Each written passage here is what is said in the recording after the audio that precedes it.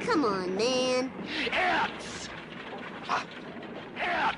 Go for it, dude. It's Friday!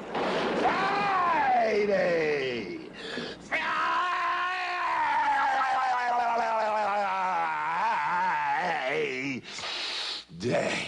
It is, in fact, Friday here on SDH AM. John, hear you there. Greetings. And no, this is not the imitation palatial studio.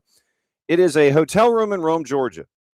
And you might hear trains. You might hear Lord knows what, because there's folks out in the backyard. They were there last night. So, greetings from Rome, Georgia. I thought about wearing my Rome Emperor's gear, but you wouldn't see a whole lot of it. So I just went ahead and stuck with the network gear this morning. All right, so here's the rundown for today.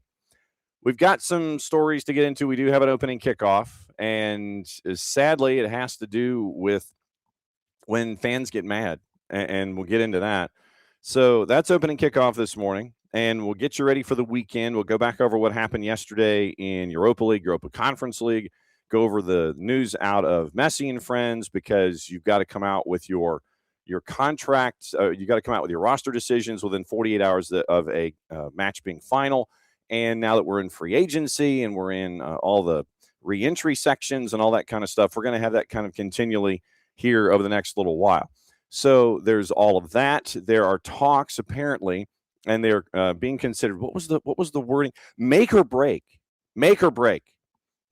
talks involving Mo Salah and Arne Slot, and that is supposed to be happening. We'll get into that this morning as well.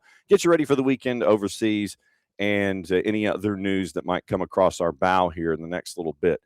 In hour number 2 or earlier, depending on guest availability, we're going to catch up. We're going to continue our series when it comes to host cities here with World Cup 2026.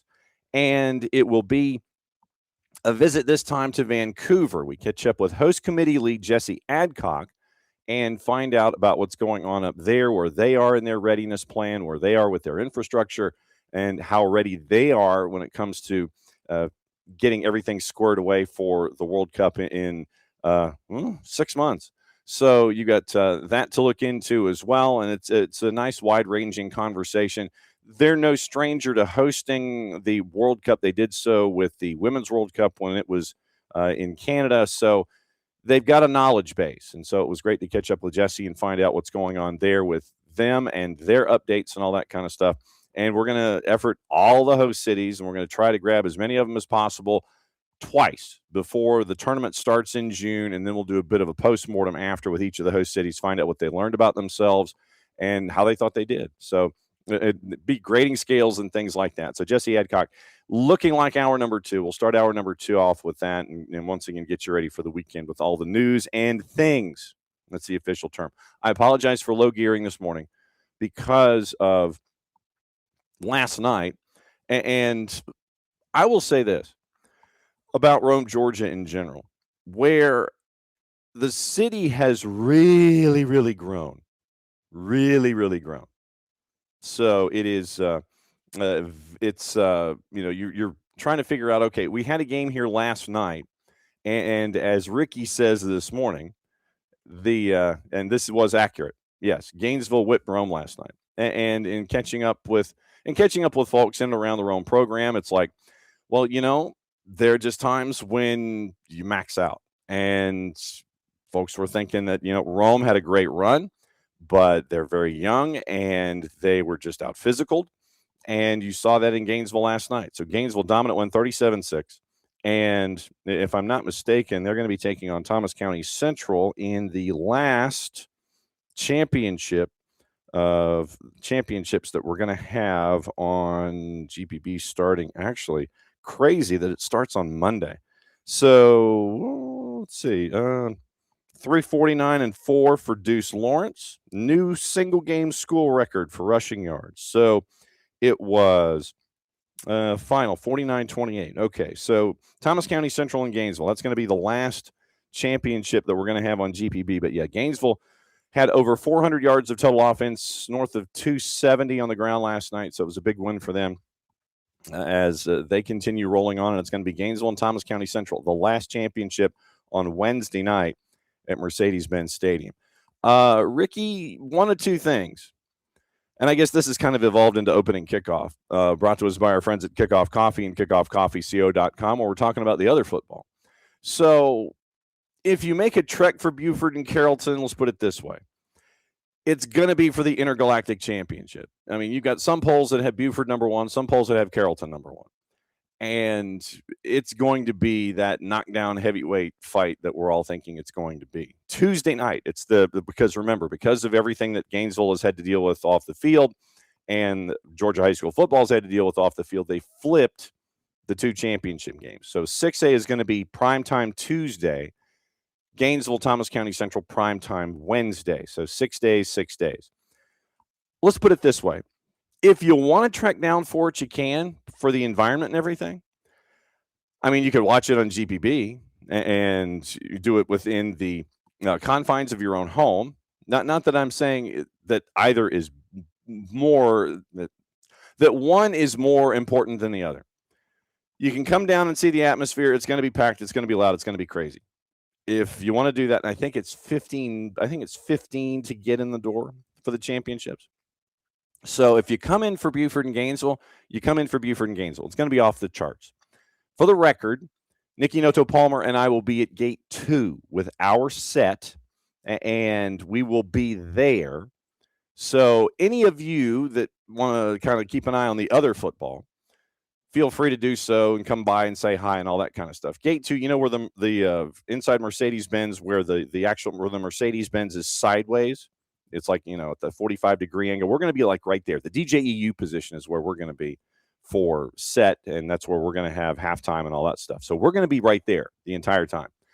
If you come down, come early because it's going to be a lot of people. It's going to be a lot of people. And so if you drop by and you say hi, that's where we're going to be. A lot of folks, 1 versus 3, 1 versus 2, 2 versus 1, all that. So if you come down, love to see you. If you don't, it's going to be on GPB the entire time. So however you want to consume it, consume it. What you could do, maybe, you come down and watch and you have it on your device. That way we get to say hi to you twice. So there's that. So big win for Gainesville last night, getting ready for 1 versus 2 in the planet when it comes to high school football in the 6A championship. So 6A is Tuesday, and we have 5 flag football finals. Say that 10 times fast. 5 divisions now in flag football. And that's going to be taking up, I think it's 3 on Monday. Is it 3 on Monday? I think it's 3 on Monday. It's either 2 or I think it's 2, 2, and 1. So I think it's 2 flag on Monday, 2 flag on Tuesday, because we get an early start on Tuesday morning, and then 1 flag on Wednesday to get you ready for everything there. So it's 13 championships in 3 days. And I will say this right now. Obviously, I'm not going to be here Monday, Tuesday, Wednesday. We'll have some of the elements. Jason is scheduled to be with you. I don't know what the timing is going to be with his real-world existence and everything. So when we have a morning show Monday, Tuesday, Wednesday, Jason will be hosting. And just obviously keep an eye out on the platform for all the other interviews and tape content that we have. So looking forward to going down to the Dome, seeing hi to everybody, getting ready for the championships there. But it's going to be 13 championships in 3 days. And you're going to see, for those of you that will watch, there's going to be a credit roll of a lot of folks.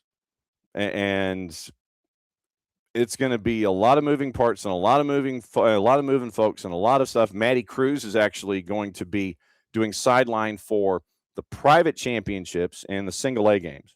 So you'll see Maddie early in the afternoons. She's going to be paired with Sam Crenshaw and Larry Smith. And so Maddie will be doing some sideline on GPB.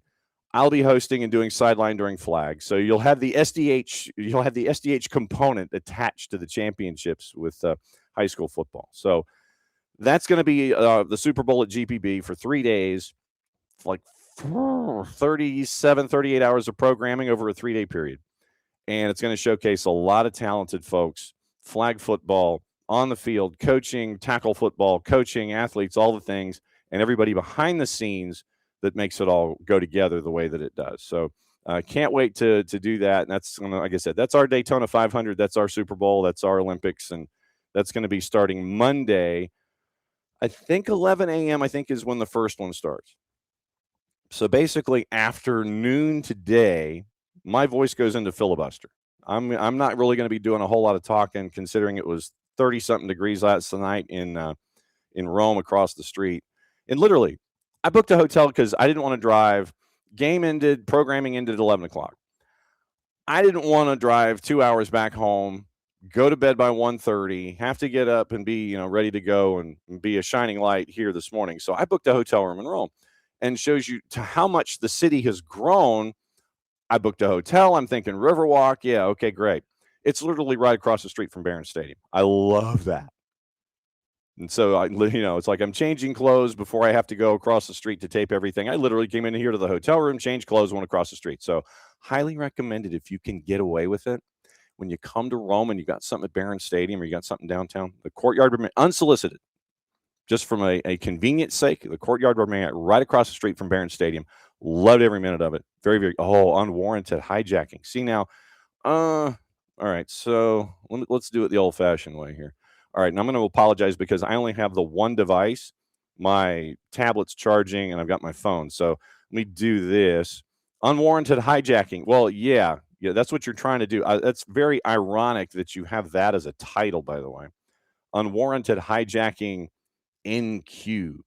So Bot next. Come on, Bot. Yeah, can you give us more information? Bot. Tell us more. Viewer solicitation. Bot. There we go. 23 characters, submit report, and we're off and running. Okay. So that's done. All right. And so Bot's been reported. But no, Alex, and that is absolutely true. Not supposed to hang the shirt on the sprinklers. Yeah, that would be bad. It would be something that I would do, but nevertheless, yeah, absolutely true. Do not hang shirts on sprinklers. Actually, let me check something here. Oh, it's right above my head. Okay, I was trying to figure out where it was. So yeah, the sprinkler's right above my head. If I tried to hang something there, Alex, it'd be kind of weird because it'd be hanging in the middle of the room. So there you go. Yeah, this is and Ricky'd rather have Rebecca Black. So, and this lighting, I literally tried to turn that light on behind me, and it turned into too much of a fill, and it was too much light, and it kind of drowned me out. I'm sure that some folks would sit there and say that that's an improvement, but this is kind of I apologize if this is too Count Floyd Monster Chiller Horror Theater when it comes to the lighting this morning. So I was trying to figure out the best lighting and trying to figure out the best way to do it. So morning, David. Morning, Alex. Morning, Ricky. And let's see. So, and morning, Abby. I saw Abby in here early this morning. And see, now this is something that Ricky is leading on to. Barry College, and for those of you, by the way, that you have where Barry is concerned. Barry's taking on John Carroll up here at Valhalla tomorrow at noon. We have on the other side of the aisle the college football preview show, and we catch up with the SID at John Carroll to find out about what it was like for them to beat Mount Union last week in the snow, in double overtime, and all of the activity that was there. So we catch up with John Carroll, and we catch up with Illinois State after their big win over North Dakota State. So the college football show over at OSG Sports, the College Football X, we catch up with John Carroll, we catch up with Illinois State. And so that'll be up today, too, at some point because of the action going on tomorrow. So caught up with the sideline, Craig Birchie, the sideline reporter at Illinois State, and we caught up with the SID at John Carroll about those two games. So noon here in Rome, and if I didn't have anything to do or just wanted to sleep late, I'd probably come back up here and come watch John Carroll and Barry at noon and then wait for that. But if Barry gets a semifinal, that'd be huge. So keep an eye on that as well when it comes to Division III. Well done, Ricky. expanding our horizons as we always do. Okay. All right. That was opening something of a random opening kickoff this morning. I know that shocks you that happens. Let's see. All right. So Maddie is sitting in on conference calls. Okay. So that. All right, so that gets Maddie started. All right, so opening kickoff brought to us by our friends at Kickoff Coffee and kickoffcoffeeco.com. I'm grabbing the QR code if I can find it quickly. There you go. There's your QR code. Start your day there at Kickoff Coffee and kickoffcoffeeco.com. Use the code Sucker down here 15. You get 15% off your purchase. They in turn take 10% reinvested into youth games, youth initiatives brought to us by our friends at Kickoff Coffee and kickoffcoffeeco.com. All right, so that's opening kickoff. Did you see this story? And this is kind of what opening kickoff was going to be. But did you see the story out of Finland? And it was a club got relegated. And that happens. But Finnish club FC Haka, the 9-time national champs, relegated to the second tier back in October. And so they finished second from bottom in the table in the top flight, and so they get relegated. So now they're in the second tier in Finland. I don't know if you've seen the pictures on social media, but they're scary. They went from a fire breaking out at the factory field, that's what they call the facility. Sunday night, you had a fire break out at the stadium. 94-year-old, 3,200 capacity home ground had one of the 3 stands burned to the ground in a suspected arson. So footage, you've seen the footage online if you just do an FC Haka search on social media, and you'll see the video that is there from it. So the entire stand goes up, and it's some scary stuff. So they now have arrests in the case. 3 teenagers, all under 15, have all been arrested. Local police confirming in a statement, one of them confessed to starting it. And so the fire, according to Wire reports and our friends at Talk Sport, fire began when an unspecified object was lighted, then fire spreads rapidly through one half of the stadium. Destroyed all of the 400-seat wooden stand as well as damaging the artificial turf. So they're going to have to replace the turf, and they're going to have to replace that stand. And so the trio, and this I thought was interesting.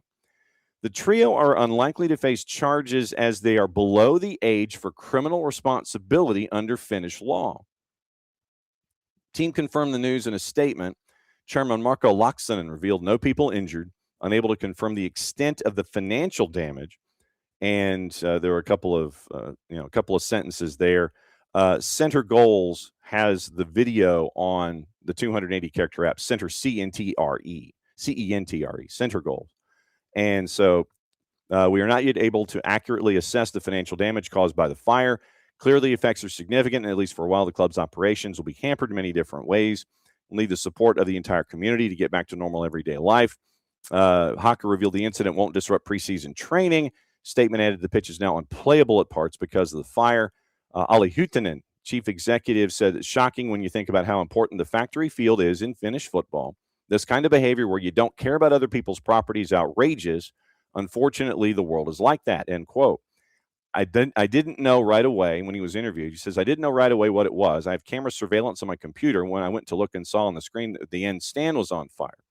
Frame of the main stand remains, and it'll have to be demolished. Procedure that the authorities and the insurance company will review the situation. And so now they've launched a fundraising campaign through the Finnish version of Grandstand, and donations going toward both rebuilding the stand, entering into a draw for match-worn jerseys, according to the club. I'm probably going to donate. Entering the season in last year's relegation round last year, came in last in the 16 mini league, condemning them to the first season outside the top flight since 2019. And in the past, in European competitions, they played folks like Liverpool, Fulham, and Rangers. So scary stuff out of Finland, where a stadium just, 3 miners decided to, put the stadium and have it go up in flames. And so because they are of an age below criminal responsibility, they may not be charged in the case. So we'll keep an eye on that as we go. But scary stuff this morning out of Finland now that we know the details on that. Okay, so as of a couple hours ago, it is Arne Slot. He says he's tight-lipped over Mo Salah and whether or not he'll return to the squad against Brighton this weekend. Future has been thrown into major doubt. We've talked about the interview, the post-game scrum that he had where he felt like he was being thrown under the bus. So, punishment, Salah's not going to travel for Inter Milan. Liverpool wins. Adds to the intrigue.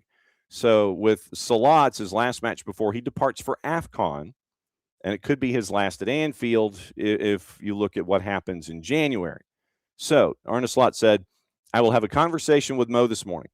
The outcome of that conversation determines how things will look tomorrow. I think the next time I speak about Mo should be with him and not in here. You can keep on trying, but there's not much more to say about it. After the Sunderland game, there were a lot of conversation between his representatives and ours between him and me, end quote. Arne Slot revealed it was the decision of the club as a whole not to take Salah to Inter Milan in the midweek. He confirmed he was part of the conversations, insisted he has the final say on the Liverpool team. Quote, we decided as a club, and I was part of that decision not to take him to Milan. I'm always in contact with them, meaning sporting director Richard Hughes, chief exec Michael Edwards.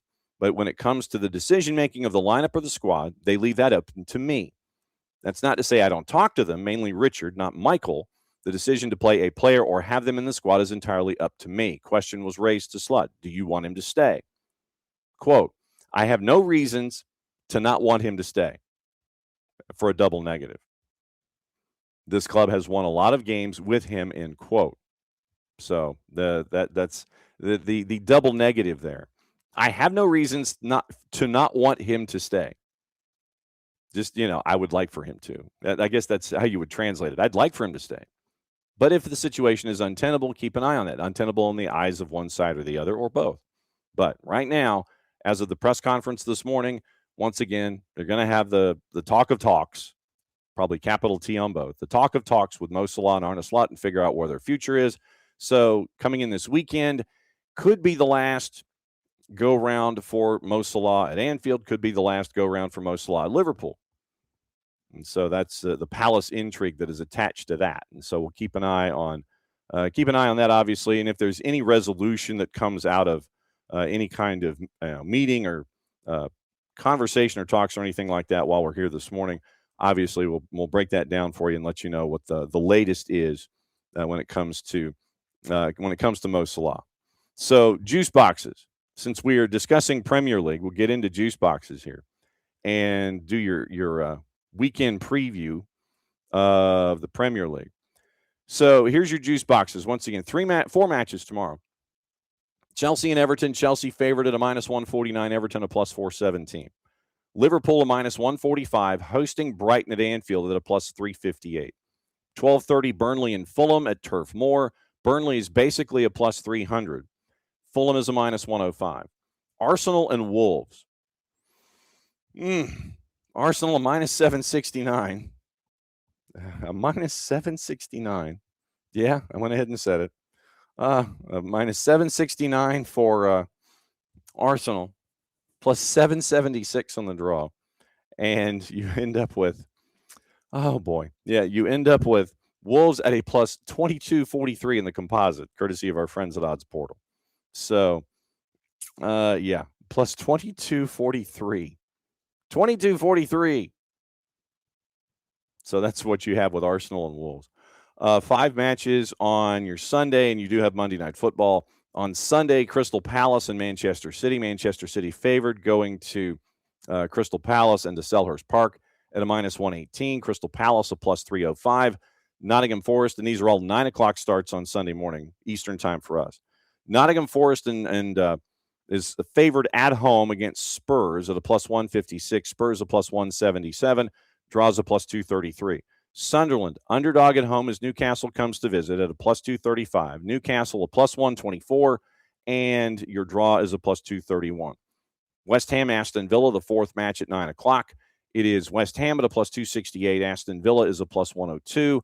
Draws a +252. Brentford and Leeds is Brentford favored at the G-Tech at a -105. Draws a +259. Leeds is a +291. Obviously, Manchester United, Bournemouth. We'll discuss this one again on Monday. Manchester United minus 120. Bournemouth a plus 290 heading to Old Trafford, and your draw is a plus 305. Standings, by the way, and not to wonder why Wolves is a plus 2243 in the composite, but Arsenal on top, but they're only 2 points ahead of Manchester City, 33 points to 31. Manchester City's won 3 in a row. The unbeaten run for Arsenal stopped last time out. So 2-point difference. Each team has won 10 of their first 15. Villa is third. They've won 5 in a row, 9-3-3, 30 points. Crystal Palace has won 3 of 4. They're at 26 points. They're in fourth right now in the Prem. Chelsea is fifth at 25 points ahead of Manchester United on goal difference. Everton's at 24. Then you've got Brighton at 23, ahead of Sunderland on goal difference, ahead of Liverpool on goal difference. 20, and that gets you to 11th. Spurs at 22, Newcastle at 22, goal difference. Bournemouth is 13th at 20 points. So basically 4th through 13th, 10 spots separated by 6 points. And really, if you want to get into real minutia, you're looking at Crystal Palace to Newcastle, 9 teams separated by 4 points, 4 through 12. Then you've got Brentford at 14th. They've lost 3 of 4, but they're at 19 points. Fulham has lost 2 in a row. They're at 17. Leeds has hit each column once in their last 3. They are at 15, ahead of Nottingham Forest on goal difference. Nottingham Forest have lost 2 of 3, by the way. And then right now, relegation zone is West Ham, who's drawn 3 of 4. Burnley, who's lost 5 in a row. They're at 3-1-11. And Wolves, by the way, Wolves, here's why they're a plus 2273 for their matchup this weekend, among other reasons. Wolves, no wins in their first 15. 2 draws, 13 losses. 8 goals scored, 33 allowed in 15 matches. Goal difference of minus 25. Minus 25 in goal difference. They're not good. And so Wolves right now is 2 points on track to be one of the worst Premier League sides in league history. 0-2-13, only scored 8 goals in their first 15. So they're averaging about half a goal a game. And until they scored against Manchester United on Monday, they had gone 9 hours since scoring their last goal. 9 hours. 540 minutes, longer than that, before they scored Monday Night Football. Didn't work out, but at least they did score. Snap that streak of 540-plus minutes of not scoring. So that's, Wolves is just not good this year. So you've got that heading up this morning. So that's your rundown of everything in the Premier League. I should fix my posture. Let me know about these kinds of things. So posture and all that. So that's your rundown of the Premier League and how it all lays out. Give you a couple of notes from press conferences this morning. It's the last opportunity to make sure that you are gassed up, ready to go where the Prem is concerned. Colo Torre has offered an update on Pep Guardiola, who missed his press conference because of a personal issue. Colo Torre says Pep's fine, small matter, didn't bring him here, but everything's fine. He'll be back for the Palace game for sure. FA Cup third-round TV schedule was released. Crystal Palace's trip to Macclesfield has been selected as one of the 8 third-round ties shown on TV in January. Friday, January 9th, Wrexham and Forest, Macclesfield Palace, Spurs and Villa, Charlton and Chelsea. Those have been selected. Obviously, all the FA Cup matchups here domestically will be on Paramount Plus. January 11, Derby and Leeds, Portsmouth Arsenal, Manchester United Brighton, Liverpool and Barnsley, Monday Night Football on the 12th. Mikel Antonio is training with Leicester as he's looking to find a new club. Antonio currently a free agent, leaving the London Stadium after his contract was done in the summer with a 10-year run with West Ham. Broke his leg in 4 places after the car crash, remember, a year ago. Hasn't played competitively at the club level since then, but did turn out for the Reggae Boys during the Gold Cup over the summer. West Ham opted against extending his stay in East London, yet allowed him to continue his rehab, and he even had him work with the U21s when they played Nottingham Forest back in August. 35, doesn't want to retire, but he wants to come all the way through and see that if he still can, physically keep up with everybody. And so that's why right now he's working with Leicester, and we'll see if the team in the championship will pick him up. Enzo Maresca named Premier League Manager of the Month for November. Cole Palmer's return, cause for celebration there. Liam Delap set to miss up to 8 weeks with a shoulder injury, according to TalkSport. Chelsea striker tore the shoulder ligaments in the goalless draw with Bournemouth, And quoting Maresca now is, for him, the focus is to recover. It's a base inside the building every day just to try to recover with teammates. A matter of time now, and he will be back. Fabian Hertzler asked about Evan Ferguson's loan to Roma and if it's going to be ended early. Scored twice in Roma's 3-0 win away over Celtic in Europa League last night. We'll go over Europa League and Conference League numbers coming up in a sec. Hertzler replied, quote, Evan is a player for us. That's why he will always be an option. At the moment, he's on loan, but we follow it. We're pleased with how he performed yesterday. Of course, we all follow it, so definitely he might be an option. So basically, that sounded like either a non-committal committal from Fabian Hertzler or a non-denial denial. Mikel Arteta has rejected claims he would consider selling Gabriel Jesus next month. Quote, I don't consider that, especially with the situation we have right now. A lot to offer the team. Proved that straight away in the first minutes he was available to play. He put so much to be in this position again. Now is the focus for him to be with us. Andoni Iraola has defended Antoine Semenyo for his goal drought amid transfer speculation. He's got a £65 million release clause that is active in the early part of the January window, broken down as a $60 million guaranteed and a $5 million in add-ons. Clause was a deal breaker when Semenyo signed the new contract over the summer, means a mid-season exit is out of Bournemouth's control. TalkSport understands Semenyo would not have extended without the ability to leave in the next two windows. 6 + 3 this season, but none of those goals have come in his last 6 appearances. Quoting Iraola, we cannot only analyze the numbers. He's not our number 9. He's a winger, gives us a lot of goals, a lot of assists, gives us chances. Normally, the biggest threat against Chelsea the other day. I don't feel the speculation, meaning it, because the quote was, I don't feel it, meaning the transfer speculation is affecting him a lot. When you hear your name every day in the news, you have to deal with the situation. I think he's committed. I haven't seen a lot of changes in him. Arteta has insisted that the goals will come for Victor Gyökeres, who's managed 6 in 18 appearances. Quoting him this morning, the goals will come and we'll be very pleased with him. Arteta also refused to give much away when asked about a number of players that are currently on the sidelines. Saliba, when he was asked about Saliba, we have to wait and see. He hasn't trained with us yet. Jurrien Timber, depends on how he feels today. Declan Rice, let's see how he is today. Trossard, another one that's a matter of days. So you have Mikel Arteta with 4 guys he was asked about: Saliba, Timber, Rice, and Trossard. We will see, basically. So he ain't giving nothing away to nobody. And so Arne Slot, when he was asked about Mo Salah, asked about other things, claimed he's almost happy that Liverpool are out of the Carabao Cup due to their current squad depth. Cody Gakpo, Wataru Endo set to be sidelined for weeks. Isak picking up a knock in the first half against Inter Milan. Jeremy Frimpong already in the treatment room, and then we mentioned Mo Salah. So Slot says it's helpful in the upcoming weeks that we won't play as many games as we did until now. And whether or not they could be addressed in January, we'll keep an eye on that. So Celtic. Now, and this is a thing that's bugging me.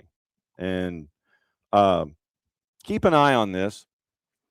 Celtic are at risk of Europa League elimination after having suffered a 3-0 defeat at home to Roma. All 3 goals during the first half. We mentioned Evan Ferguson, Liam Scales with an own goal. 3rd Europa League defeat of the season, and they now sit 24th, the final playoff spot. Should they finish between 25 and 36 in either league, you're out early. Champions League, Europa League, Conference League. If you're 25 through 36 after the group phase, you're done. And so Bologna and Utrecht are the opposition in January. And I've seen on social media, and this is me getting on my soapbox here a little bit. I've seen on social media fans, and we all know about how rabid they can be. And if Jarrett joins us in hour number 2, we may circle back to this idea.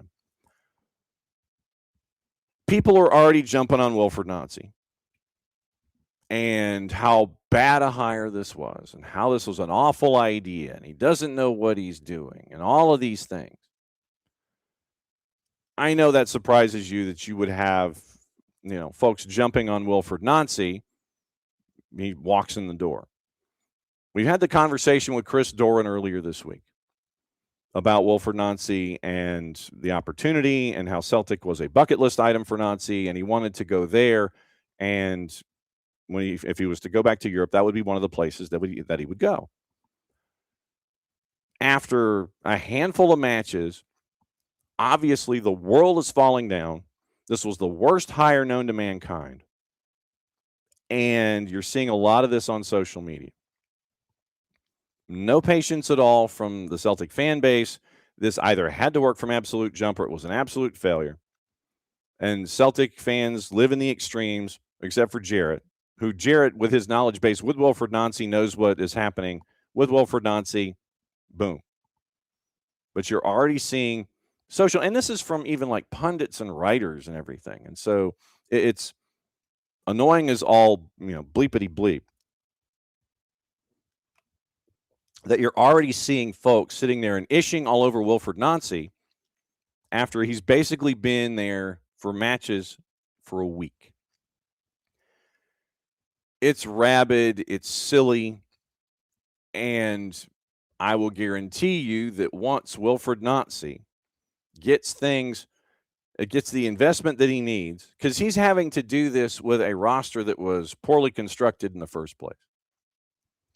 And so having to take that roster mid-season with European competition and have to try and turn it around to have it be what his reflection of the sport is, it's going to take some time. But you end up with all of the fans at Celtic that are the rabid ones sitting there and going, oh my God, this was so bad, this was so bad, this was so bad. So keep an eye on this, because we're seeing it already where fans are ishing all over Wilfred Nancy. And it should really piss you off, because what you will have is you will have all of the stereotyping going on.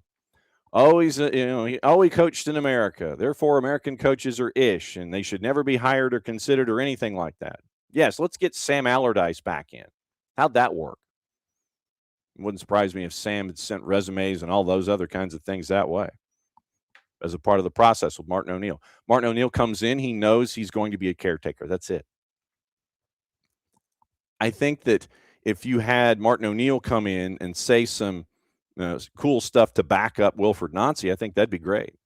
I don't know if that's going to happen. But Wilfred Nancy's already getting ished on. And, literally 2 matches, and there haven't been any goals. And, oh, my God, the sky's falling. Holy crap, everything's wrong, all of that. Yeah. So that's where we are with Wilfred Nancy. So speaking of Europa League yesterday and Conference League yesterday, and we'll go over the standings here as well. So Villa beats Basel, so it was a homecoming for I'm blanking. Who is it? Unai Emery. 2-1 win for Villa. They were favored. Fenerbahce with a win. Bologna with a win on the road at Celta de Vigo. Roma once again freaking everybody out. They were favored going in at a plus 137. They got the win at Celtic 3-0. Porto, big favorite, they won. FCSB in a shootout with Feyenoord, 7-goal thriller. Feyenoord was the favorite. FCSB was the underdog at a plus 367, got the win. Freiburg over Salzburg, big favorite. Lyon over Go Ahead Eagles, big favorite. Panathinaikos Pilsen, draw, plus 227. Real Betis over Dinamo Zagreb, favored on the road. Ferencvaros favored, beat Rangers. So both Rangers and Celtic lose yesterday. Nobody's happy in the country, except for maybe Hearts and everybody else. So Rangers lose at Ferencvaros. Roma beats Celtic at home. 2 of the top teams in Scotland, they're just getting I can just imagine. I can imagine what all of that nonsense was about in the morning talk shows with that. Goodness gracious. You see what that's like. Season's over. Sky is falling. Oh, my God, oh, my God, oh, my God. Ludogorets and PAOK, a 6-goal draw. Midtjylland, favored at home, beat Genk. Braga, favored on the road, beat Nice. Red Star, favored on the road, beat Sturm Graz. Nottingham Forest, favored minus side, beat Utrecht on the road. Stuttgart, big favorite over Maccabi Tel Aviv. Young Boys beat Lille. So that was league phase. So standings, just so you know, once again, we discuss how things are for Celtic going off the rails. Lyon still has not lost. You have 3 teams at 15 points. Lyon, Midtjylland, Aston Villa. Goal difference is the separator. 3 teams at 14. Betis, Freiburg, Ferencvaros. Braga, Porto at 13. Stuttgart, and the top 8, your automatic qualifiers for that next round. They get to sit and wait with everybody else. They get to sit and knocking each other around. Stuttgart, Roma, 12 points each. They've won 3 in a row. Goal difference, the separator. Nottingham Forest, Fenerbahce, Bologna, both they're all at 11. And you've got to go to like the 19th tiebreaker for Fenerbahce to be ahead of Bologna right now. Same number of goals scored, same number of goals allowed, all of the stuff. Goal difference is the same. That gets you to 13. 14, Victoria Pilsen. They're at 10. Goal difference with them, Panathinaikos, Genk, and Red Star. 9 points. PAOK and Celta de Vigo, who've lost 2 in a row to drift all the way back to 19th. Lost 3 of 4. They're at 9 points. Their goal difference is at +3, and the number of goals scored is your differentiator with PAOK, Celta de Vigo, and Lille. Young boys in goal difference far inferior. That's why they're in 21st. Braun is 22nd. Ludogorets, Celtic, Dinamo Zagreb, and Dinamo Zagreb first out, along with Basel, FCB, Go Ahead Eagles, Sturm Graz, Feyenoord, Salzburg, Utrecht, Rangers, Malmo, Maccabi Tel Aviv, and Nice. Nice, by the way, 0 for 6. They've only scored 4 goals in Europa League. And so, yeah, look for them to be out when we get out of the league, the league phase. So now, next up, next week is a new round in Conference League, but results in Conference League, just to give you the greatest hits of some of the teams that we look at on Monday nights. Strasbourg in a big win for Liam Rossignol. Knocks off, of course, Aberdeen, beating Aberdeen, favored at Aberdeen on the minus side. They get the win. Shakhtar wins on the road. KUPS Lausanne a draw. Poznan Mainz a draw. Lincoln Red Imps with the big upset at a plus 535 at home get the win. Rakov Shestakova favored, 1 at home. SK Rapid Vienna and Ammonia Nicosia, they were both within the margin of error, so it could have gone either way. Road team won, slight favorite. Rijeka gets a win on the minus side. Crystal Palace won at Shelburne. Breidablik over Shamrock Rovers, they were favored. AZ Alkmaar favored, wins. Fiorentina favored at home, wins. Draw with Häcken and Larnaca. Rayo Vallecano wins on the road, they were favored. Upset, slight. Legia Warsaw, they're awful.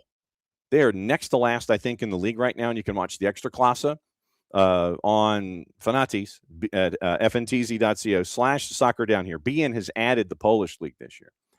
Legia Warsaw is awful. And they lose on the road at Noah. I don't even know who Noah is. Oh, Noah Legia? Okay. So all right, we're gonna do a quick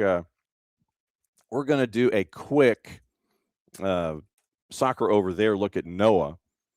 FC Noah. They are Armenian. Founded in 2017 as FC Artsakh.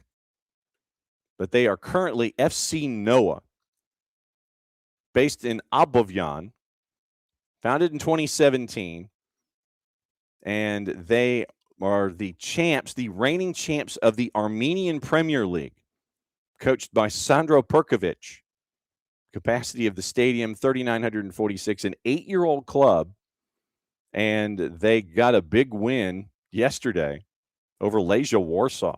So big win for them. Congratulations to our friends at the Yerevan Armenia Football Club Noah. And so they have, I'm just checking the roster, a lot of Armenians. They have Gudmundur Thorarinsson on defense. So they have an Iceland defender. They have a Ghanaian defender. They have a Brazilian forward, Dutch forward, Imran Ulad Omar, Takuto Oshima in the midfield. You have a DR Congo keeper in Timothy Fayulu. You have, Gustav Sangare, who is Burkinan. I think that's the proper term, but from Burkina Faso. You have Nardin Mulahisunovic from Bosnia and Herzegovina. There's some Portuguese there, Portuguese players that are there. You have a Guadeloupe player, Nathaniel Santini, Marin Yakalish, forward out of Australia. Croatia, you have Cameroon, you've got Russia, you've got France, you've got Armenia. So a lot of Armenian players, but the current Armenian champ gets the win yesterday over Legia Warsaw. That's how bad Legia Warsaw is right now. Samsunspor loses. They were a dog at home to AEK Athens. Skengia, within the margin of error, they won yesterday, and Craiova loses to Sparta Prague, who were favored on the road. So get you into the standings in Conference League. Strasbourg up top at 13 points.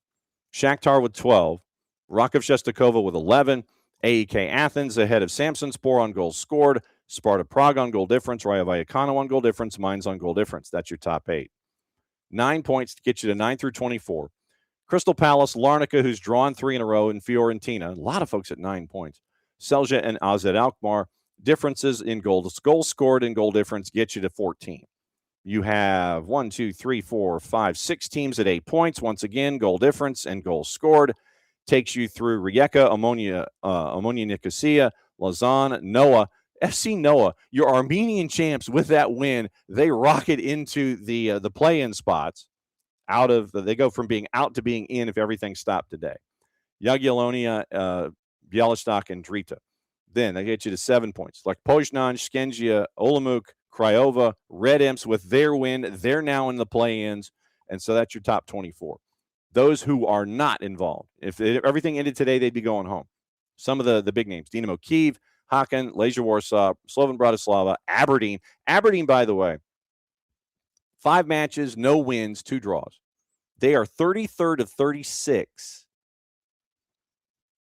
3 goals scored in 5 matches. Shelburne 34. Shamrock Rovers with our friend Pico Lopez from Cabo Verde. Right now, they have 1 point in 5 matches, and SK Rapid Vienna is dead last with 5 losses. 2 goals scored, 13 allowed, and minus 11 goal difference, no points. They are 36th. So that's your rundown before everybody kicks back in next week with a new round in the in Conference League and in Europa League. Morning 4-card. Glad you could be here this morning. Like I said, I apologize ahead of time for the low gear of the voice, but yeah, having been in 30-degree weather last night, it was trying to get through it. I had 5 layers last night. I had 5 layers on, and it took me like 10 minutes to completely take everything off last night when I got back to the hotel. So low gearing it today. Monday, Tuesday, Wednesday, once again, reminder, since I'm going to be at Mercedes-Benz, it will be Jason in some form or fashion doing morning shows and things like that. We'll find out about guests and things like that as we go. But Monday, Tuesday, Wednesday, I'll be back next Thursday to get you ready for the weekend once again. But yeah, Monday, Tuesday, Wednesday in some form or fashion. May not go the full 2 hours. Don't know. Just depends on how much is going on and guests and things like that. So Monday, Tuesday, Wednesday, in some form, the morning show will exist. Could be just morning espresso, but once again, set your notifications, and then that way you'll know what it's going to look like, and then everybody will be caught up to date on anything and everything going on the planet as we go here when it comes to what we talk about every single day. We mentioned Rodrigo de Paul, and we mentioned the moves that Messi and friends had to make. Once again, 48 hours, I think. It's either 48 or 72. You've got to make your decisions after your championship win. That last 2 teams play, you've got to make your decision. So Messi and friends make their decision on players after the season was up. And so the biggest one came in with Rodrigo de Paul. They're picking up the option. Looks like it's going to be in the neighborhood of $17 million to keep him. And so Rodrigo de Paul will stay going forward. So guaranteed contracts for 26. Noah Allen, Tomas Aviles, Israel Boatwright, Yannick Bright, Falcone, Frey, Tyler Hall, Lujan, Messi, Morales, David Ruiz, Silvetti, Segovia, Ustari. So Oscar Ustari guaranteed for 26, already under contract. Auction exercised Rodrigo de Paul. Declined Fafa Pico, William Yarborough. No real surprise on Yarborough, considering that he was really the 4th keeper that they had. So the way that it worked was you had Drake Callender. Callender gets injured. Then you bring in Oscar Ustari, and you bring up Rocco Rios Novo. We remember Rocco from Messi and Friends 2 getting a couple of reps there, and then now he's up with the parent club. Then they bring in William Yarborough because of competitions, injuries, what have you. Yarborough was the guy who was in the keeper kit when Messi and friends won the championship. You see everybody either sitting or standing before they raise the trophy. Yarborough was the guy in the keeper kit low left. I'm going to check his minutes here in a second, but William Yarborough comes over. He spent time in Liga MX before he had time in Colorado, but yeah, he was just he was just sitting at Inter Miami. So no real surprise the option was declined. I'm intrigued about Fafa Pico. I want to see, if you put Fafa Pico in a position where he can succeed, you saw what he was able to do. Ryan Saylor out of contract. Cello Wagant's loan has expired. And the club makes a notification. Ongoing negotiations with Alan Obando, whose loan has expired. Rocco Rios Novo, whose loan has expired. Luis Suarez, who is out of contract. Baltazar Rodriguez, whose loan has expired. And Tadeo Allende, whose loan has expired. Once again, it is being looked at. River Plate is looking at Celta de Vigo to see if Celta de Vigo and Inter Miami, they don't agree on anything. And then we'll find out if Allende is going to stay. The club recently and once again announced a new contract for defender Ian Frey. So those are your decisions with Messi and friends. And so that's where their current contracts and negotiations and statuses are all hanging out right now.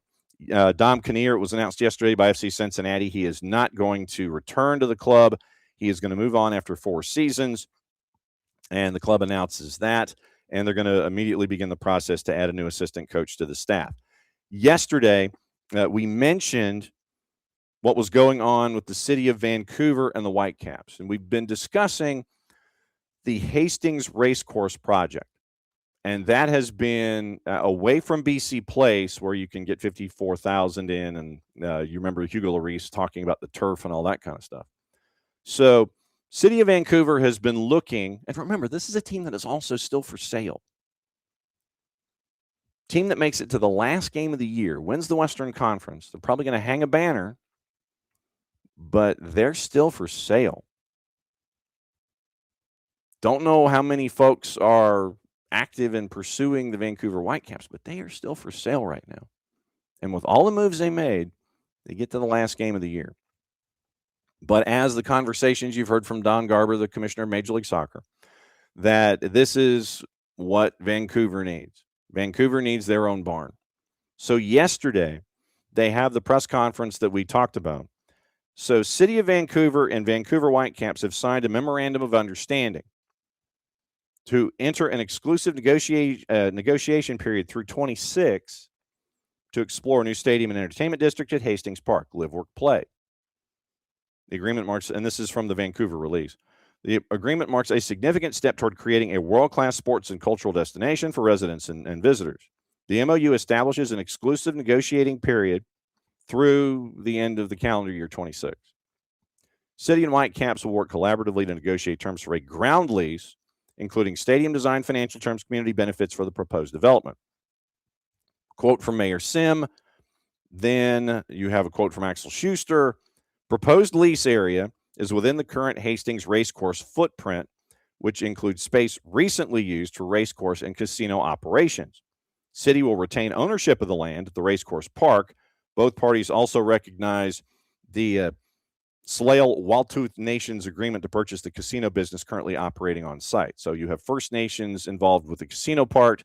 City has got the Hastings Park real estate squared away to try and develop the stadium there as a part of this. Project will undergo all required regulatory approvals and public processes, including zoning and development applications. City and Whitecaps committed to transparency and engagement throughout the planning process.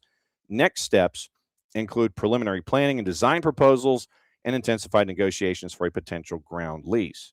So the fact sheet, they give you the link to the fact sheet and to the MOU. So key facts. Land remains public. City owns it. City's going to retain ownership of Hastings Park. Once again, all of next year is your negotiating period, exclusive negotiations. Stadium funded by the Whitecaps and partners, if any, and any city financial contribution requires council approval. That's key. So it's got to be the team that's going to foot the bill, but if they ask for city help, then that means that the city council has to approve it. So keep an eye on that part of this whole thing and how much they're looking for the cost of the facility. Underlying idea, once again, remember, team is for sale. So the team has signed this, that they have this MOU, and you have right now, the way that it's laid out, stadium funded by the Whitecaps and partners, if any. for a team that's for sale. I want to know how much this project's planning on costing. I want to know what the team / partners are willing to invest. I want that first number early in 26 when everybody comes out with the models and the VNRs and things. I want that number. I want to know what that number looks like. And then as we go through 26, especially as we get into this part of the calendar, that MOU, that exclusive negotiating window starts to fade away. What does the team say about how much aid they're going to need from the city going forward? So keep an eye on that over the next 12 months. Regulatory compliance. All decisions must comply with the Hastings Parks Trust. City bylaws undergo required regulatory approval process. So it's not a final decision. MOU is a starting point for negotiations, not an approval to build. This is written by the city. Any proposal requires city council approval. City's keeping ownership. Once again, Hastings Park. We've discussed that. And why Hastings Park? Unique opportunity to create a sports and cultural hub, enhancing community amenities, leveraging existing infrastructure. The MOU does not require or trigger closure of the racecourse or casino. Interim uses can continue during negotiations and beyond until a new lease begins or an earlier agreement to terminate such uses is reached. And once again, both parties acknowledge Salah Wildtooth Nation's agreement to purchase the casino business currently operating on site. City supports TWN's operation. Whitecaps will not oppose the interim uses. Negotiations continuing through 26. Updates shared with council, public as the process moves forward. So obviously they discuss the jobs, boost of the economy, new community spaces, and transforming Hastings Park. So that's the fact sheet that was given by the city and by the Whitecaps. And so also there is a decision. There's land use negotiations. There is an MOU. So let me click on a couple of these things. Okay, so they have in Schedule A, they do have the layout of what the stadium would look like. I'm going backward. The appendix has the MOU, which has confidential written across it, so we're not going to be discussing it. And so then the decision, once again, land use negotiations, Heritage Park, or for a Hastings Park, council approves it, legally binding MOU as of December 1st of this year, goes through the end of December next year. Exclusive negotiating period, Hastings Park, Schedule A, and that was the graphic that they have as a part of the MOU that's got all the lines and where the stadium would be and all that kind of stuff. So MOU for construction operation, new stadium, entertainment district, authorized director of real estate services to sign and deliver the MOU on behalf of the city. Further that, subjected to the approval, council authorizes public release of council's decision with respect to B only and direct staff to communicate council's decision to Salah Wildtooth Nation. So that is the rundown from that's the rundown from Vancouver as to what their next steps are when it comes to a stadium away from BC Place. It's a big idea. I love the idea of them being in BC Place, being 54,000, being loud and crazy. I haven't seen anything about how big the stadium in Vancouver at Hastings Park would be as a part of Live, Work, Play. I hope it's north of 30, so that way it can have that consistent audience that we talk about. If it's 20 to 25, like Dillon Butler Estates in New York, a little too small for me. Make it 30, 32, somewhere in there. Then I think you're on the right path. A couple of other notes. Let's see. Macaulay Akale has signed with Lou City after being at New Mexico United. And a lot of folks might remember Macaulay Akale returning to the U.S. and being a part of Tormenta, where he won a league title back in 22. So Macaulay Akale goes from Tormenta to New Mexico United. Now he's going to be at Lou City. So Lou City is just getting all the people. FC Cincinnati this morning announcing that teenage Hadebi has been added to the Zimbabwean roster for the 2025 AFCON. And so you have those announcements with roster decisions that are coming out as well. So we'll see what all of that looks like. And I'm sitting here and I'm trying to see if there's anything else that has popped up this morning. And I don't think they have. So I think we might be okay for the moment. So what we're going to do, since we mentioned Vancouver, it's a natural jumping in point. What we're doing this year is that while we're getting ready for the World Cup here in 2026, and I agree with you, Alex, absolutely. I'm glad that they gave Ian Frey the extension, because Ian Frey has been a favorite of ours. And with everything that he's gone through, to get to this point to where he gets the extension, it's good faith from Messi and friends to sign Ian Frey. I love that. But with all of the host cities that we have here getting ready to host the World Cup in 6 months, we're taking a tour and we're catching up with as many of them that will get back to us as possible.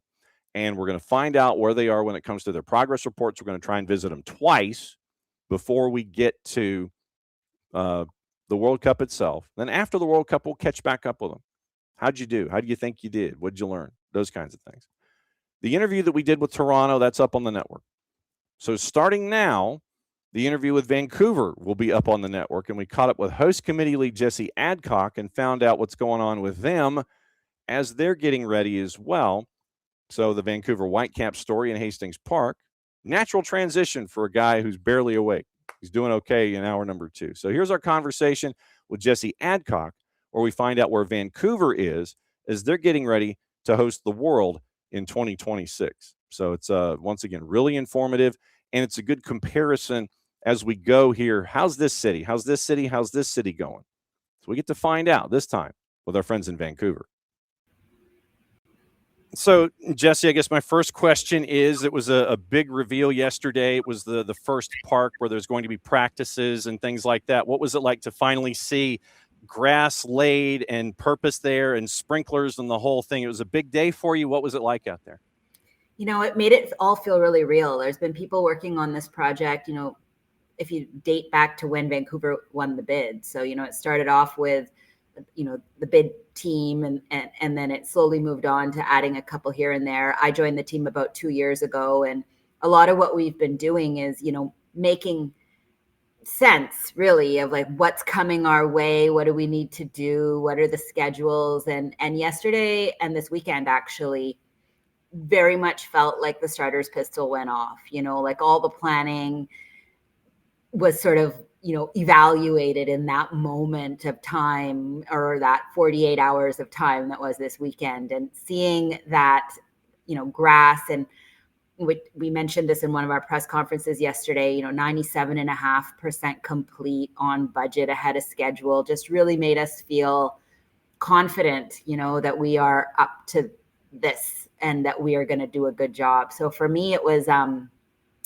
the first kind of test of readiness. And it was also a moment of pride as a leader, to see that the team, even though we've, had major events like the Olympics and we've had really high profile concerts, like the last Taylor Swift Eras concert took place in Vancouver. And, recently we held the Invictus Games.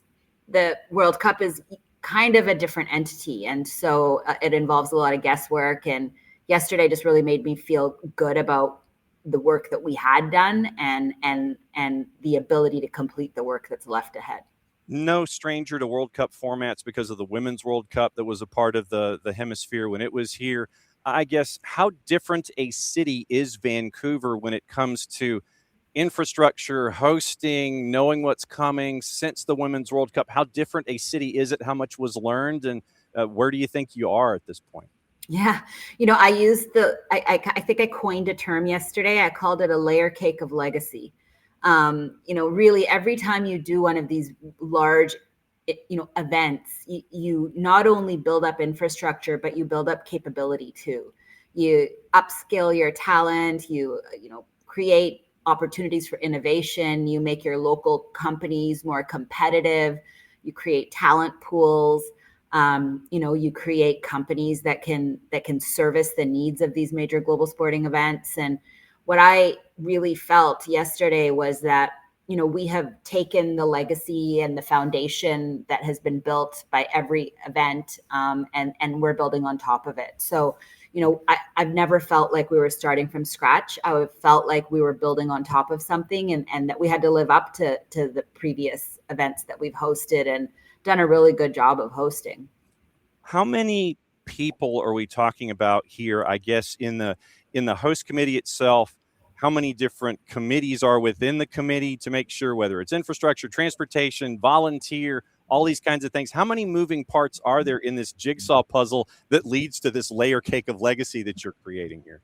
Yeah, I call it the biggest group project ever. I love to tell my daughter, like, don't be put off by group projects in school, because I tell you, like, as your career progresses, that they only get bigger and bigger. Look, this is probably the most interconnected project ever. You have a number of moving parts, and you're going to talk to all the host committees, and you'll see that they're all kind of, made up a little bit differently. But the kind of the standard components is that there's FIFA, who is a large central player in all of this, and they have their sort of event oversight, and then we, the local host committees, are obligated to create similar circumstances in each one of the 16 cities. We've all signed up to these host city agreements that have, a set of guidelines that need to be adhered to. And ultimately, people coming from overseas, if they decide to pick 2 or 3 cities, you want to make sure that they have a World Cup experience, right? Not a local city. I mean, obviously, we want to have the city there too, because that's why we do these things. We want to create tourism legacies as well. But in the case of Vancouver, this is very much sort of a government-led initiative. We've got the government of Canada and the province of British Columbia, who are generously ensuring that we have the resources that we need. You have the city of Vancouver that is sort of acts as the key delivery agent here. But we're also working with our transit authorities. We're working with 18 core security agencies, not to mention the international cooperation. We're working with our destination marketing partners. We're working with, we've got our fan festival happening at one of the most popular parks in the city, the Pacific National Exhibition that takes place. And so we're working with them. And then, I would say that, the host committee, you nailed it. It's all of these work streams. So, there's myself, I lead the team, but the team is a number of leaders who have tapped in a combination of, businesses that excel at doing this, event production companies and entertainment companies and sporting companies, legal firms, like procurement companies, finance companies. And then we have all of the internal structures as well. We're organized around work streams, and our big ones are fan festival, mobility, safety and security, those types of things. This to me sounds like one of the largest PDF files or Excel spreadsheets humanly possible to try and get everybody on the same page for all of these kinds of things. I mean, this is how big do you have to rent out do you have to rent out BC Place or the old P&E Coliseum to sit there and get everybody? Do you have to go to like Abbotsford or something to have everybody under one roof to make sure that you're all talking in the same space? How does this work with all of these different places and all this communication? Yeah, it's really interesting. It is really like a project management masterclass. Like, communication is really essential. And one of the really interesting things about this is if your structure is not right and you can't convey the communication effectively enough, you're not going to be successful, because a lot of what happens in this tournament is dynamic. So, for example, 48 hours ago, we just found out the teams. And so you need to be able to assess, analyze, and compute based on that information, like, very quickly. I feel really good about the team structure we have. We have a number of different forums where people are kind of regularly meeting, and, thanks to modern technology, sometimes we get in a room and sometimes it's hybrid. But we regularly have, over 100 people on the leadership positions talking every other week, talking about what's the latest in every work stream, what's new, incoming from FIFA, what's happening, just with the teams, et cetera, and doing change management, to use project management lingo, but, change managing on the go.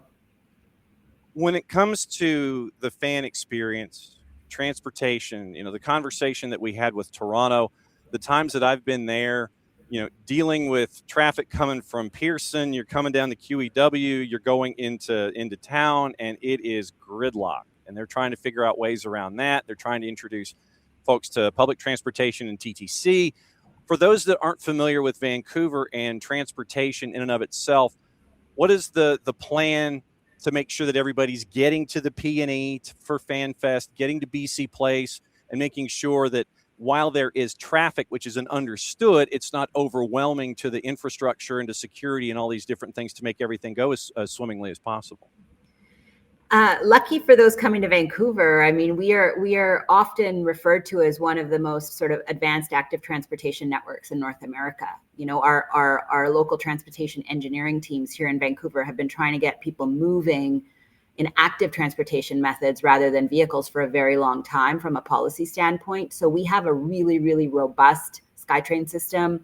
We have commuter rail system. We have a really, really good like our transit system is very effective, and it's very full, and it's very well used. And so working with TransLink, which is our authority here, we've been planning around sort of our match dates for a long time. We also have a committee that involves, you know, British Columbia Ferry Corporation, our airport authority, our provincial government, like the equivalent of the Department of Transport, those types of things. And we've all been working really hard to make sure that whatever we can do to ease, you know, the movement of people, whether it's from the land border, through our cruise ship terminals, or through our airport, that we are thinking ahead, you know, understanding where the hotels are, what the patterns are, what time people will be coming, the movement into matches, out of matches.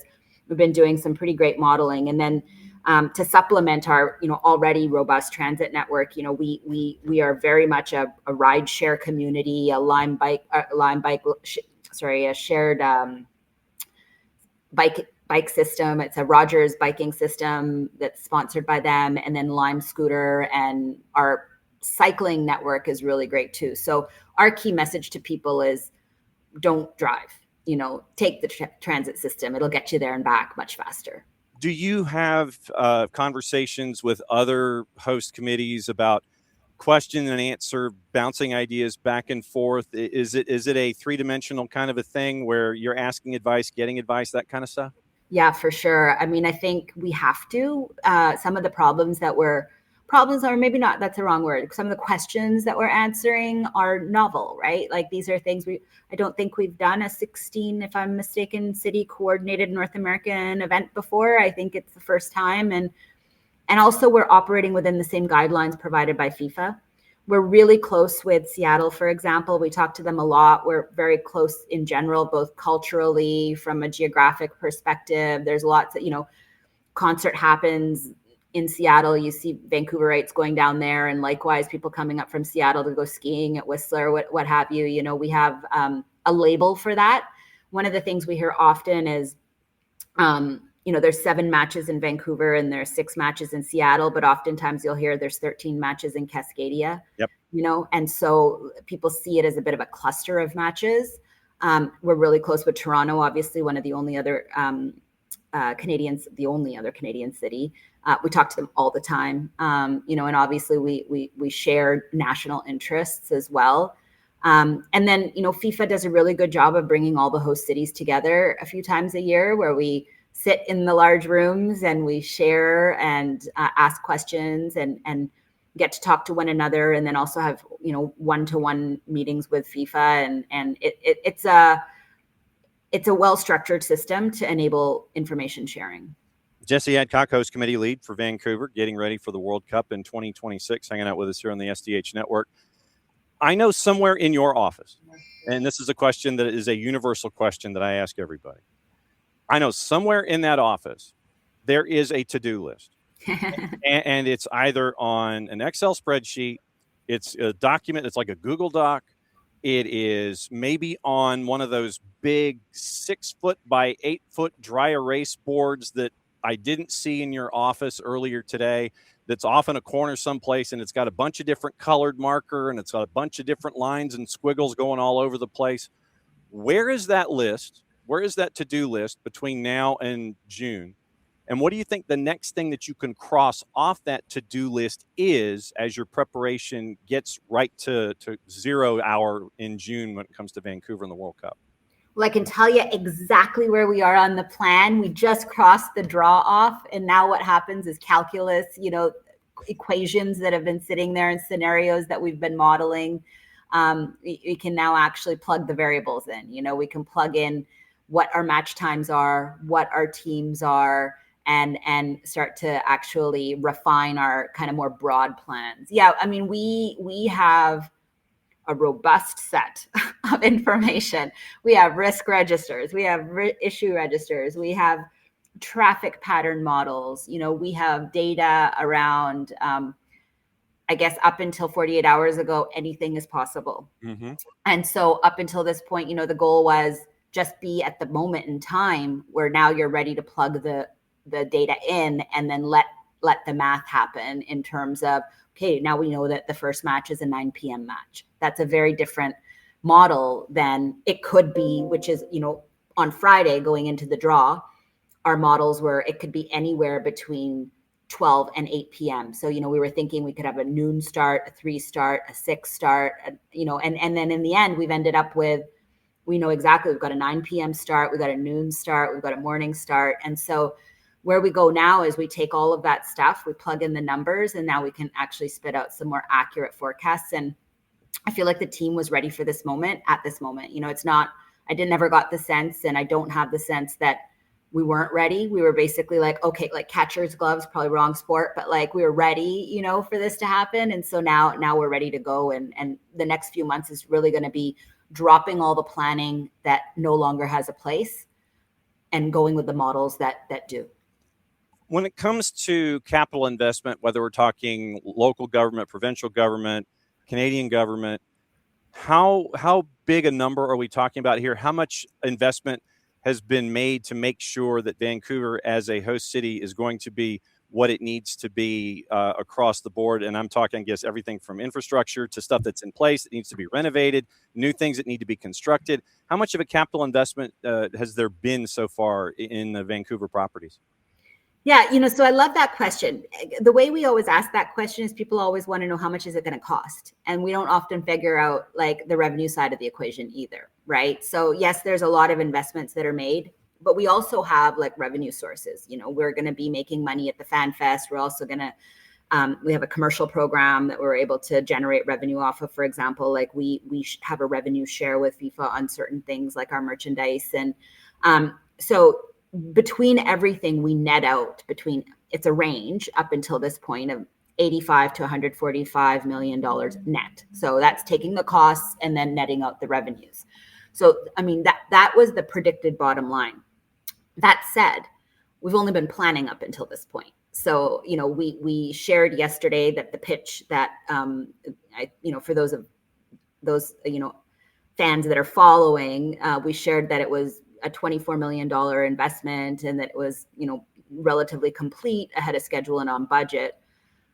Unlike that, a lot of the costs that we're going to incur have yet to be incurred. In terms of the stadium investment, that's one that I'd prefer the stadium talks to, but those numbers are pretty out in the public. And I will say that stadium is a world-class stadium, and it's hosting world-class events. And without those investments, we don't attract the events that we're attracting.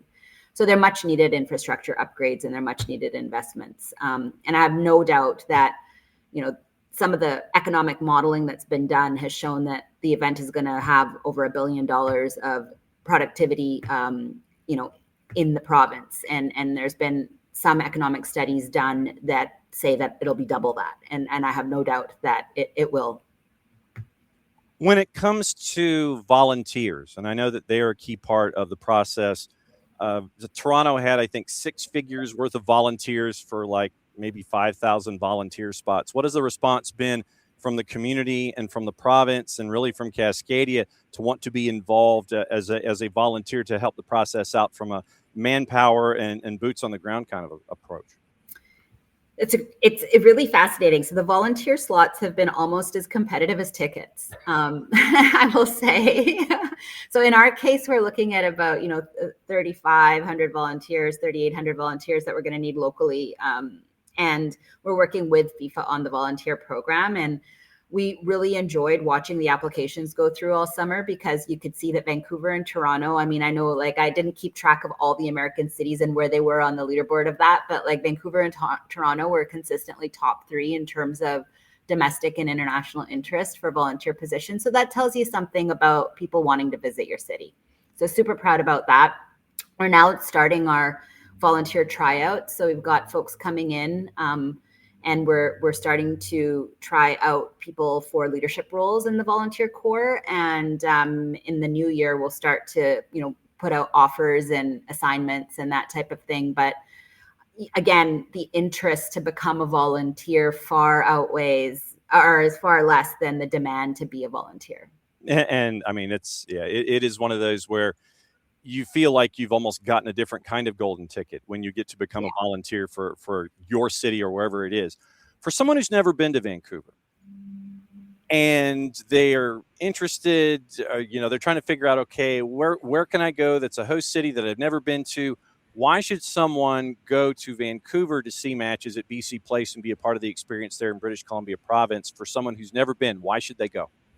Because there's so much to do. I think the first thing is that we have to take a look at the stadiums. Our stadium is truly unique. It is in the heart of our downtown.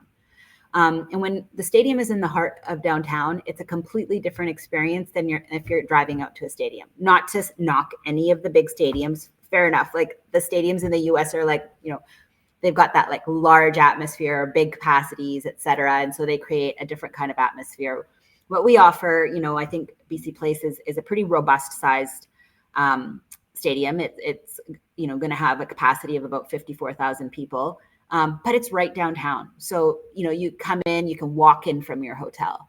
When you come in, you can stop at a restaurant or a museum or a tourist attraction or, world-class shopping, world-class eating, all on the water, beautiful, stunning imagery, tons to do. You can be swimming, hiking, like in the winter, you've heard that, in the same day, if you're really, really like outdoorsy, you can kind of, swim in the ocean, ski on a mountain, play golf all in the same day in Vancouver. It's that kind of city. It is really, really a stunner. And so I think that the combination of the concentration of things to do in and around the stadium in a walkable environment truly provide you with a way to maximize your time in the city.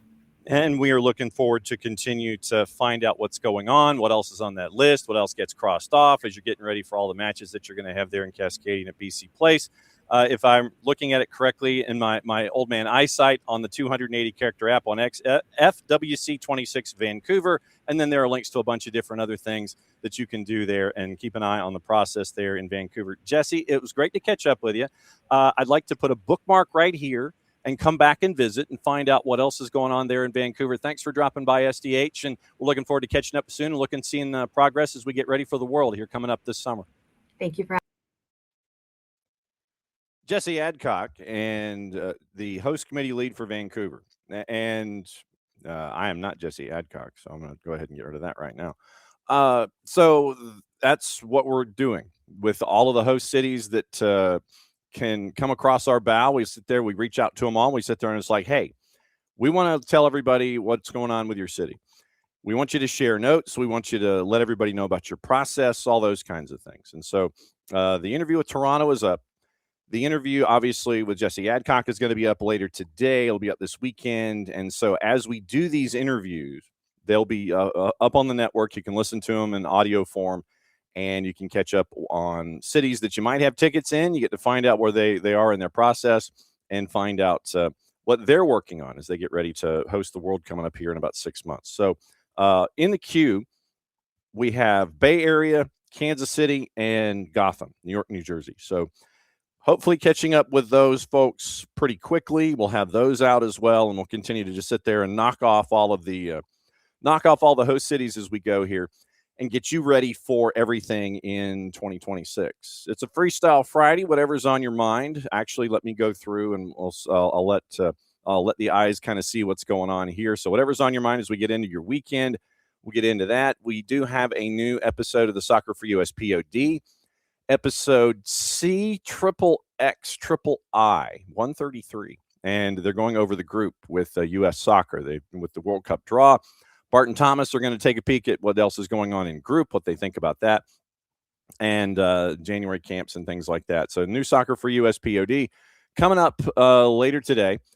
probably as soon as I can sign off and get edited and all these kinds of things. So that's coming up in just a little bit as well to add to all the programming, which you might have missed from yesterday. That's going to be posted today as well.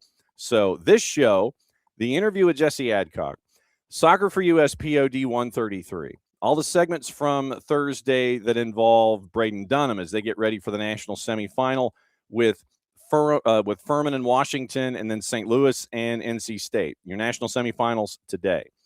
Then you've got the interview that we had with Glenn Davis. Great to catch up with Glenn. And then we had Nino and Nico in the Power Hour yesterday. So Thursday was wall-to-wall. Those segments are going to be posted today as well and go through the weekend.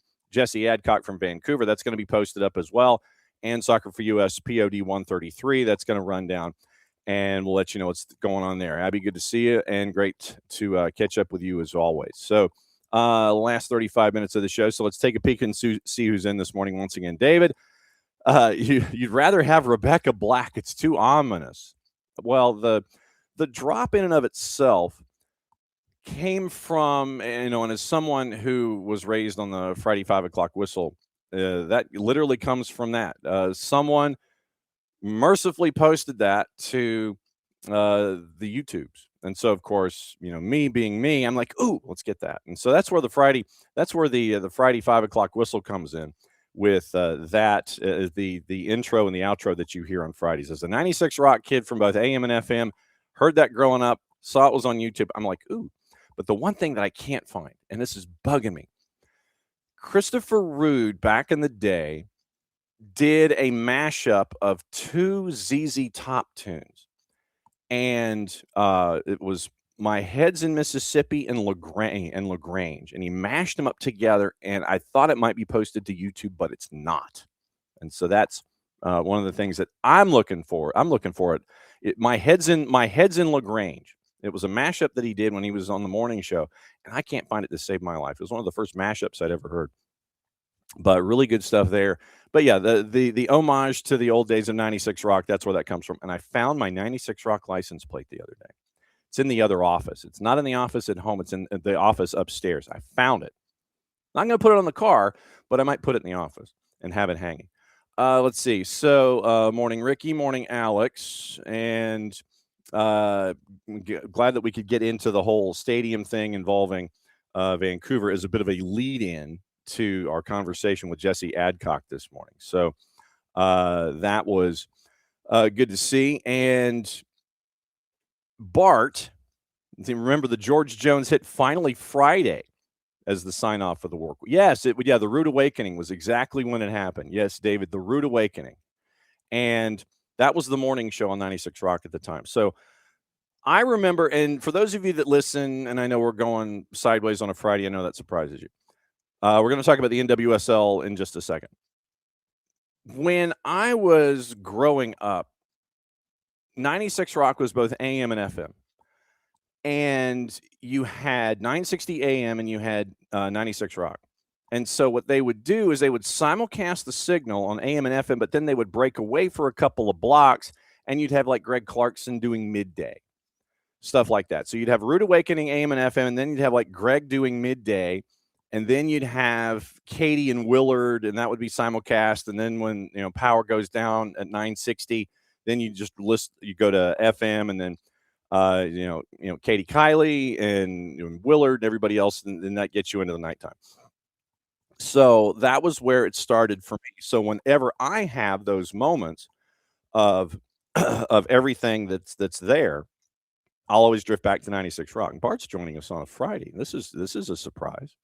So Bart, as I'm sitting here looking in the green room, going, "What's going on?" So Bart's here this morning on a Friday, and greetings from Rome, sir. What's on your mind? You said NWSL, and I did want to I have thoughts, John. Okay. I have thoughts about Okay. the NWSL. Okay. Also, yeah, the George Jones song, Finally Friday, was because I listened to country music growing up and still do. So for me, that was the song that I always got on Friday afternoon, right as you get into your car, and that comes on the country music radio station. So everyone has a way to celebrate the fact that it is Friday. No doubt. What are you doing in Rome, John? What happened in Rome last night or tonight? It was last night. It was me freezing my butt off for the Gainesville and Rome game for. I mean, that was totally worth the trip out there, wasn't it? That was a very exciting, action-packed game. Well, but it showed the dominant, as the Gwinnett County kid stares at Hall County football. It was dominant from Gainesville, and we're seeing what's going on with Josh Niblett and that crew. And I mean, they've been road warriors the last couple of weeks, and I mean, I've said this hot take for the longest time, John. We need to put some sort of soccer team up there in Gainesville in that stadium, and you can put the red elephant on the badge too, because that's a great look for the high school, and I think it would be really cool for a soccer team up there. Same with Buford, but I don't know if Buford would that beautiful stadium. They need one up there. Well, we need more soccer teams in this. I mean, you would agree. Absolutely. I mean, and I don't know if the soccer team at Buford is going to gravitate over to the Beard or not. If they do, that'd be great. Right now, they're in one of the side stadia that's there on campus, and it seats 2,500. And when we were there to broadcast the Brookwood girls semifinal last year, you couldn't get a seat. You couldn't stand. You couldn't find a place to stand. People were sitting on the brick wall. I mean, it was a great atmosphere for 2,500. I wonder if they just keep it there instead of moving it to the Beard, except for maybe big events or anything like state semifinals and things like that. But they want. I'm talking a semi-pro-ish. Oh, no doubt. Team. And what they want is what they want with the city, because it was paid for by city funds. No extra taxes, no nothing. It was a part of the budget. It was put aside, and Mr. Beard and the city commission were like, nope, this is city funds. We want to do more things here. We want concerts here. We want all this kind of stuff at the Beard. And so if you had stuff in the off season where you're getting, NPSL, USL League 2, those kinds of things, or other franchises in the Beard, I think it would be great. I think, to your point, at City Park in Gainesville, that what they've done there with the city and what they've done to renovate that press facility there, that's where you have when Johnson Gainesville plays Gainesville for the home games, it's at City Park. And we were there a couple of years ago, and it was just absolutely insane, the environments there. So if you go down that road of League 2 or NPSL or something like that, shoot, you get somebody with a League 1 budget to sit there and go in there and have another natural rival in the Southeast. I think it'd be cool to be in that footprint. Okay. The reason that I was going to bring up the NWSL was that we might be having discussions about, and the board is in advanced talks, and this is from Meg Linehan, so this is me kind of catching up on this, and so we'll walk through this, and if you want to play cliffhanger and tell me to stop, then we'll stop. NWSL board's in advanced talks to add funds to pay players like Trinity Rodman competitive salaries, and so here's Meg's article. NWSL Board of Governors currently having advanced discussions to create a new roster mechanism allowing teams to pay players significantly, and that's the word that was used, beyond the current salary cap, according to multiple league sources not authorized to speak freely. Rule change proposal, which could pass ahead of next week's board meeting, involved team owners and Commissioner Jessica Berman. Potential rule change comes as the NWSL and the Washington Spirit are working to make sure that Trinity Rodman re-signs with Washington, doesn't go to DC Power, doesn't go to England, or doesn't go across to Europe. However, the sources indicated that the change in approach to the salary cap is, quote, bigger than one player, and while it may resolve the ongoing negotiations with Rodman and her representation, no solution yet, no contract has been signed.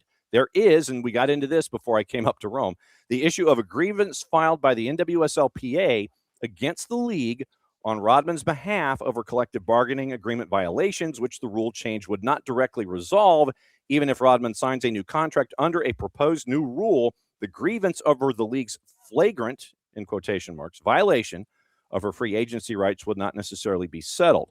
Then they go into a couple of details. As currently proposed, there will not be a penalty or luxury tax for any team that opts to exceed the salary cap, helping teams sign players who are increasingly demanding salaries upwards of $1 million.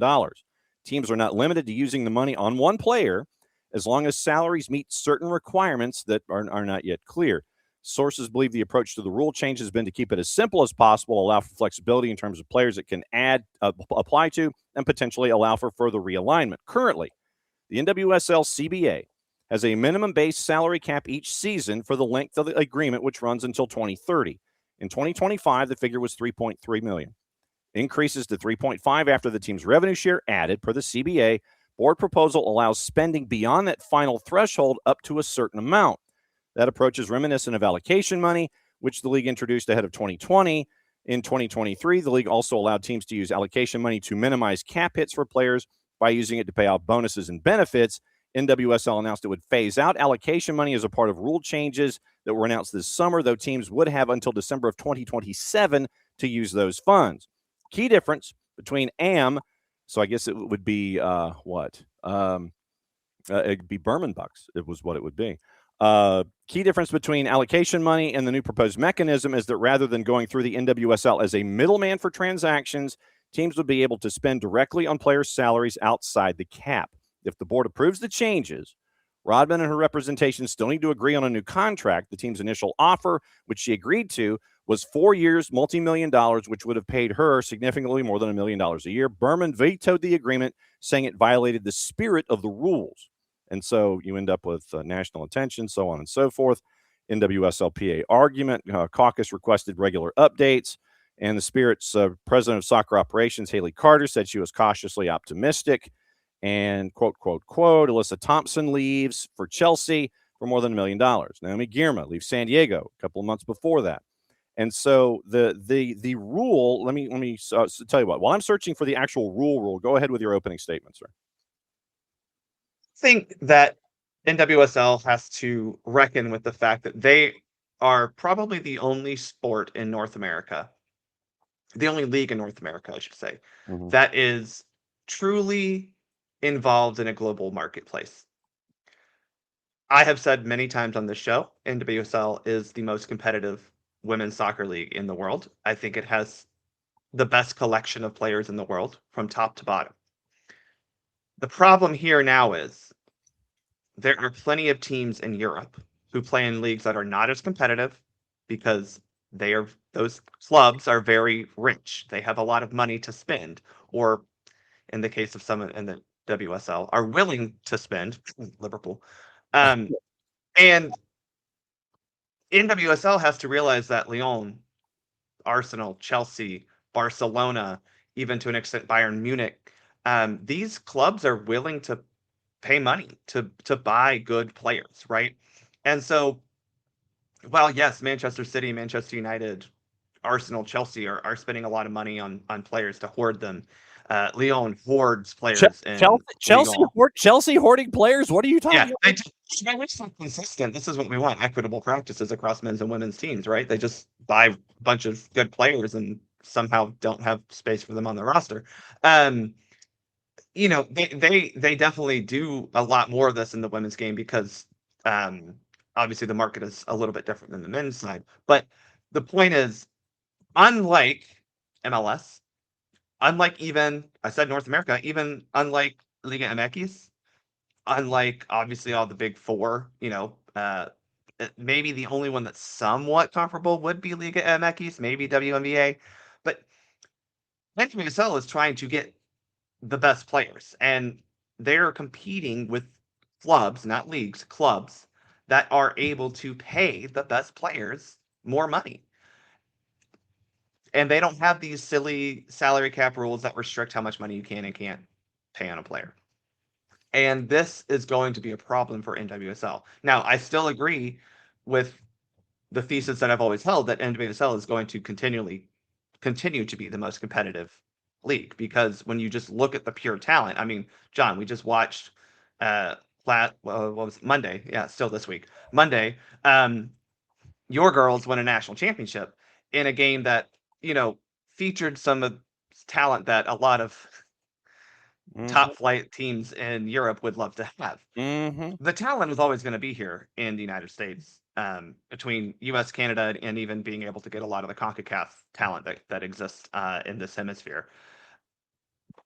But if you can't pay your best players and keep them in this league, and Trinity Rodman, despite what I think about Alyssa Thompson, despite what I know about Naomi Girma, Trinity Rodman is a star player. Obviously, her name has a lot to do with that, but the way that she plays on the field, the way that she has her media presence off the field, she is the face of not just the league, but I think the face of the U.S. women's national team going forward because of who she is and how she carries herself and how she's willing to do that. If you lose that player and players that will come after her, that is going to diminish the product of your league. And I don't mean the play, the competition, all that. I mean the product, because unfortunately, these leagues are still products. And if you do not have Trinity Rodman in Washington, that's going to be a problem for this league. Spirit, and it's being referred to in the Jeff Kassouf article as a high impact player. And so I'm gonna. There are too many. Head rule. Yeah, too many rules, and there's too many things I could carry with that acronym. But I'm going to leave it alone. High impact player. So you're a hip. So you're hip. So Trinity Rodman is hip. She knows the ones and threes. I'm searching for the twos and fours. Trinity Rodman, she's hip. She's hip in this setup. I'm sorry, y'all. So here's how it would be. Spirit of the rule, however, from Jeff Kassouf. Guidelines for teams on who qualifies as a hip. I'm going to read through this and then we will discuss. Funds should be spent on retaining and attracting the world's best talent. Duh. Guidelines would vary from the league's previous form of allocation money used freely by teams in all sorts of transactions. The hip must meet some requirement from a list of both sporting and commercial benchmarks to be eligible for the funds. Sporting benchmarks discussed include rankings on lists like Ballon d'Or, appearances in Best 11, or WNT minutes earned, all in recent years. Board also discussed players' commercial profiles. Sources confirmed further indicating the profile of players being targeted by these new funds. Among the qualifications discussed were even third-party media outlet rankings of top world players and most marketable athletes, sources said, although it's unclear if those qualifications made the final criteria. Cap charge for HIP was still being finalized. One source said that told Kassouf that the cap hit of a player's salary will need to be 12% of the team's total cap before HIP funds can be utilized. New mechanism is needs at least 11 of 16 to pass, according to ESPN. Board approval, not necessarily the final hurdle for the rule. Section 8.16 of the CBA with the NWSL Players Association says NWSL may, in its discretion, after consultation with the NWSLPA, reduce or eliminate the salary cap charge against the team's salary cap for certain roster classifications, end quote.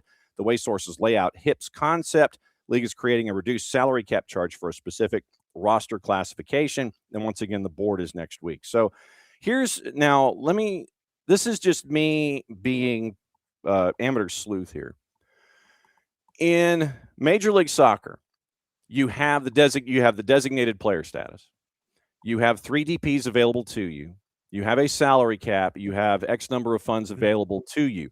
For those designated players, you have a salary figure that you are allowed to put on the books for them that applies to the larger cap.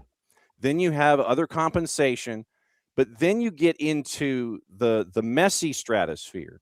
And what they did with Lionel Messi basically turned into an NIL contract. Yes, I thought you were talking Messi like an adjective, which, to be honest, are the same in this particular instance. Yes. Yeah. So what I would posit is that a Trinity Rodman, in context, in comparison with the NWSL, would be a Messi-like transaction for that league. Yes. So I would say if you are going to have Trinity Rodman be hip, and here, there, and everywhere, obviously I'm too hip to be square. So that's just how this. If you have Trinity Rodman as a hip, whatever you want to call it.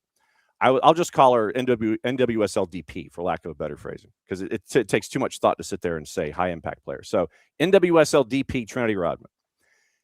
I would think that if you put into your bylaws and coordinated with the NWSLPA, that you could have provisions that were somewhat Messi-like for a Trinity Rodman type player, where if you had endorsement deals and you had piece of the action and you had all of these different categories that were associating with a Lionel Messi, that you could associate that with Trinity Rodman in the NWSL, and you could pay her what you want to pay her base salary. You could add that extra compensation. Okay, cool, fine. But then you have all of these other markers and all these other categories that you could hit, and it won't go against your cap and it won't hurt you. And you may not have to play with those percentages, even though they would be in place as your fail safes. I would just say, look, go and treat her like a DP.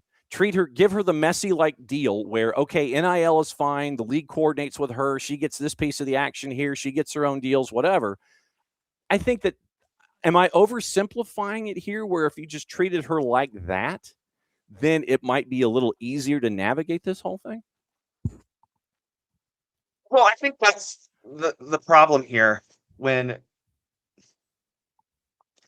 again, Trinity Rodman is that player now. Mm-hmm. But there are probably some others in this league that maybe justify that. I mean, let's be real honest. She's aging. So unfortunately, I don't know if she falls into that category, but Marta should have been this type of player, right? Marta is at Messi level in terms of like, let's be real honest. I'm just saying she's the GOAT. Yeah. And so if NWSL does this right, they're always going to have a collection of these hip players who deserve the money they're making. That's just what it comes down to, is they deserve the money they're making. So I don't even think it needs to be endorsement level like Messi did. I think I truly believe, and I know this rubs NWSL fans the wrong way, because if we're not going to go full on, hey people, what you feel like, I think you do need to have certain roster slots for these high impact players, people who not just make your team better on the field, but add to your club's value. And most importantly, for the rest of the league, add to the league's value and marketability. Because let's be real honest, if you lost Alyssa Thompson, you lost Naomi Girma, to be, you don't have Lindsay Heaps playing here, right? Who, and she's played overseas a long time. And I would think that she might want to be closer to her husband in San Diego. A team opening in her hometown, her home state anyway, in the next year. Even to an extent, Kat Macario, who I think played at Stanford with a Herman Trophy winner, not decided immediately to go overseas, right? If you're talking just women, U.S. women's national team, which we know is the standard in this country and produces many of our stars for the league, you're losing your best players. Now, from a U.S. women's national team perspective, I don't think it's a bad thing that they're playing abroad. I think it's okay to go where you feel like it's the best fit for you and you're going to get the best competition for you. That's fine. But from a league standpoint, you're losing out on those names, which means you're losing out on their. And this sounds icky, so I apologize to everyone. We're talking about the value they bring to the league, not how great of a player they are in an economic property sense, is what you're right. Like, unfortunately, NWSL and Commissioner Berman and the other owners are looking at this from an economic standpoint. So if you're losing value, if you're missing out on potential value, that means you're missing out on, John, potential revenue. And that's kind of the problem here. Now, it could be endorsement related. I don't disagree with that. But I think you just need to give teams the ability to say, this player, I'm just paying her a lot of money. Because there are players in the league right now that deserve it, not just Trinity Rodman. I mean, you could even make the argument up at Gotham that, Rose Lavelle is at that level. They've got Esther as well, who's kind of there. There are players in this league that deserve it. I would say that even the likes of a Barbara Banda, a Temwa Shawinga, literally, you bring in Shawinga to Kansas City, and she's placing from her effort with Current, she's placing in Ballon d'Or. So I would say, we can talk about those metrics because that's silly as all get out. But Tama Shawinga is absolutely at that level. Barbara Banda is absolutely at that level. And again, the African continent is something that has not been tapped into by a lot of the European countries outside of the normal colonialism that we don't love to Yeah. have to deal Well, with. yeah. So it's so in the NWSL could tap into that pretty well. yeah. That's all I'm saying. In terms of underappreciated or Mm-hmm. under recruited regions, I Mm-hmm. would say, to your point, that AFCON is one of those places where you can get an underappreciated, and we're going to go economics here. You can get an underappreciated asset and bring that underappreciated asset over to the NWSL. And then eventually, if that player is what you would imagine they would be, e.g., Shawinga, that you would end up perhaps needing that player to be hip further down. I'm just going to call it an NWSL DP. I mean, because there are too many things that run through my head when I'm thinking that particular acronym. But if you bring in an NWSL DP, you create that for Trinity Rodman. The metrics, I would just go eye test. I mean, look, don't pin it down to numbers and math and everything. Look, you see what this player is worth. Okay, cool. I don't need Ballon d'Or and best 11s and all that kind of stuff. If you can't judge it from the eye test, then maybe you didn't need to judge the player in the first place, and maybe they're not worth an NWSL DP status. Just if they're worth it, you'll know. And so it's like, I can't define it, but I know. And so just, have the NWSL DPs just go with your own judgment. If you are front office person for Soccer for USPod FC, and you're in the NWSL and you're playing in Gwinnett County, and you want to bring in a player and you want them to be an NWSL DP, you just ought to sit there and say, hey, look, I'm paying them NWSL DP money. I don't need a metric. I don't need a math equation. I'm paying them NWSL DP money. It should be just that, instead of sitting there saying, well, if they meet this math equation, then they're an NWSL DP. No, don't make it that hard. If you really wanted to. No, I don't want to. No, I think you should just be able to pay a player the way that you want to. And you have, sure, you can have, I don't know, John, let's pick a random number like 3. Totally random. Didn't get that from any other example out there. That you should be able to pay them what you need. And I think what this does also for NWSL at a point in time where investment in women's sport and women's soccer in particular is growing daily, hourly, it feels like. Yeah. It forces clubs to actually pony up and commit to paying players, and more importantly, commit to paying a team enough money that they can be competitive. I mean, look, it would not. There are going to be teams in this league that are going to pay money to be competitive, right? I think we see that obviously in Washington with Michelle Kang. I think probably you're looking at Angel City is looking at that type of, we're willing to pay some money. But there are others in this league, that Houston, that aren't truly paying the money to be competitive, right? And they're still, a lot of them are owned by people who can empty the pocketbooks a little bit. And I think that is, I mean, Gotham is signing a bunch of players, granted to smart deals, but they're willing to spend money. And that's, as you have teams come in, Denver seems like a team willing to spend some money, right?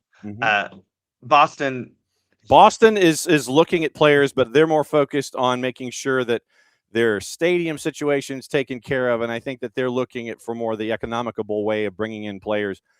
I'm not too optimistic about Boston's first year. I think Denver, zero optimism for Boston, but there's another team coming into the league soon that we know is going to spend money.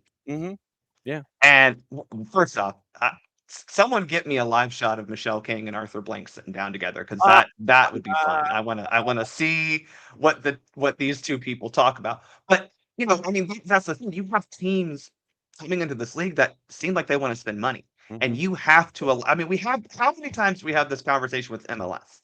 The difference is MLS is not at, despite what we want to say, they're not at that level. NWSL is. NWSL can attract the very best talent in the world. And for the most part, does. But if you're going to hold back clubs from keeping players at this point, this is not, I'm going to sign Messi from random, from PSG. This is a girl that we signed when she was, 18 years old, who has grown and developed, won us an NWSL championship, won a gold medal for the U.S. while playing for our team. maybe that's the only stipulation you need. Is this is a player that you had to have already signed to a contract? Like maybe that's it. And you get into a little bit of the I don't know all the intricacies of the NBA salary, but like there are mechanisms in the NBA where you can pay more money Yeah, to a player that you already the had. Larry Bird exception. The You can bird get all rights, of yeah, that. yeah. Bird rights, luxury taxes, like all these things are ways to uh, keep it in check while still allowing teams to, you know, maximize their spend. Let's just Yeah, put it that way. yeah. I mean, That's just where I'm at, John. Is NWSL, the owners have to realize that, and this gets into that conversation of, oh, or is the rest of the world catching up to the U.S. in women's soccer? Well, yes, because they are willing to spend money, but the reality is the talent is still here. mhm, And you can talk all you want about Spain developing all these players, and by Spain I mean Barcelona. yeah, You can talk about all these clubs in England finally putting forth money and investment and coaching development into their women's players, their girls programs. Uh, you know, Spain and Germany, they're doing great. France doing great. All these European countries that are doing it. The mhm, reality is, and John, again, I'm saying we saw this on Monday night, and we saw this throughout the entire tournament. mhm. The talent is still in the United States, Yeah, the depth and and it's a depth. It's depth versus first team because you can sit there and you can take a national squad and you can have a starting 11. You can be 25 deep or what have you. But when it comes to the depth of personnel in a league setting, with what you have with the NWSL, whether it is college talent that comes through systems, whether it is academy folks for the established franchises, whether it is making those purchases in the underappreciated markets or going head to head with someone else to try to bring in that kind of attractive talent, NWSL top to bottom, and this is probably a conversation that we should have with Jen Hildreth next time she's on, yeah, is discussing top to bottom NWSL. If you were to take the NWSL and do a TST like thing, but it's 11v11. You take all the teams from the NWSL, and you take all the teams from say the Women's Premier like League. the Global Sevens tournament that an NWSL team just won, John. Last time I checked, yes. And so if you go top to bottom in WSL, and you were to take say 6 I'll say the 14 that exists now. I don't want to lump Denver and Boston into the discussion yet because they ain't played nobody. So you take the 14 teams from the NWSL and you were to take them and have them go head to head against say Liga MX Femenil, or you take them and go head to head with Ligue 1 Feminine, or you take them and go head to head with the Women's Premier League. I would say top to bottom that the NWSL, and we've seen it in the CONCACAF Champions Cup, we've seen it in the Women's Triple C, where you've seen Gotham make their runs again, and all these heavyweights from the NWSL. But go top to bottom, I think if you did one of those, if you did a Leagues Cup Femenil, that I think that you would have the NWSL as a group going further than you would have, say, the teams in Liga MX and so on and so forth. I don't think I'm far off. No, I don't think you are either. And that's just kind of what we keep coming back to is NWSL. Mm-hmm. Okay. This is basically how I break it down. When it comes to domestic leagues, NWSL is the most competitive. I'm not going to say each team in NWSL, like if you take the champion Gotham and put them against Chelsea, right. I'm not going to sit here and tell you that I know for sure Gotham is better than Chelsea. Right. But if you take the 14 teams in NWSL and put them against all the teams in the Women's Super League over in England, put them all against Liga Feminine, Liga F, Frauen Bundesliga. Mm-hmm. I'm telling you, we're most of our teams are finishing the top half, right? And a couple of them are probably finishing top 2 or 3. Yeah. However, John, and this is where NWSL is always going to kind of lag behind. The Women's Champions League is a better competition, just factually, right? Yeah. Now, yes, you have some teams in there that aren't great, but like you have to concede that the Women's Champions League, UEFA Women's Champions League, is a better competition than NWSL. And while we do have the CONCACAF Champions Cup on the women's side with Liga MX teams, and hopefully we get some great, we finally build some teams and get good talent coming from the Northern Super League. Look, you can't beat a competition that has Lyon, Chelsea, Arsenal, Barcelona, Bayern Munich playing each other frequently. Mhm. And so that though is a John moneymaker. Mhm. And so again, NWSL they have to understand that their ability to bring in revenue, right? Like these UEFA Champions League clubs, right? There's a reason Chelsea and Arsenal and Barcelona and Lyon are able to spend a lot of money on their players. It's because Lyon and Barcelona win the damn thing almost every other time when Arsenal's not winning it. Well, but And like that is that speaks to the money. depth of, and it also speaks to the depth of that tournament and Right. what you have in Europe across the board in a Champions Yes. League format, where The you might subcontinent of Europe has a much better depth of team than the full US as a country. But are like just because I have more, that's just where it is, right? I mean, and if you have more teams spending more money, that's what it comes down to, John. They're spending more money because they can. Chelsea spending money. Who knew? Yeah. So we're waiting on NWSL to figure out what they're going to do with the NWSL DP situation. I know they want to call it HIP. It's just easier to call it an NWSL DP and something along those lines. So waiting for the decision on that. So the board of governors meeting is next week, and we'll see what the end result is of that. Now that you are here, sir, before we depart on yet another week, if you would please promote Soccer for USPod 133. Episode 133 covers the World Cup draw and specifically the US team, US draw Group D. So Thomas and I sat down and, it's hard to not feel good about the draw. And that's just what we kind of tried to poke holes and be like, okay, well, are we overlooking this? And the reality is no, because we got, look, you have to assume, fairly or unfairly, you have to assume that Turkey is probably the fourth team in the group. Mm-hmm. The fact that you played all four of these teams helps. And we kind of talk about why it's not a tactics thing, but like there are reasons why this is helpful. But also just from a rankings perspective, you got teams that, especially, Australia was the lowest ranked pot 2 team. Paraguay's in the middle. So it's hard for us to not feel confident, John. We do try to evaluate things, but it's hard to not feel confident about the draw that U.S. men got relative to what we're used to seeing for U.S. men's national team. And it comes down to the fact that we don't have a big boy in the group, and that just isn't. We're the big boys of the group. Mm-hmm. That's weird. Hey, you're a host country, and they want the host countries to try and at least get their way out of group. I get the schedule, like to. but this was not. It's nice they gave a third place option so Canada can get out of their group. You're right. Yeah, there you go. Bang. That'll be posted later this morning, as we're posting a lot of everything from yesterday and posting the stuff from this morning. This show, the catch up with the host, the lead committee host for Vancouver, Jessie Adcock. That was a fun conversation. Love that talk. Well, and we're getting as many of the host cities that want to knock on our door. It's like we're banging on doors. It's like we want to hear from you guys about how you're prepping.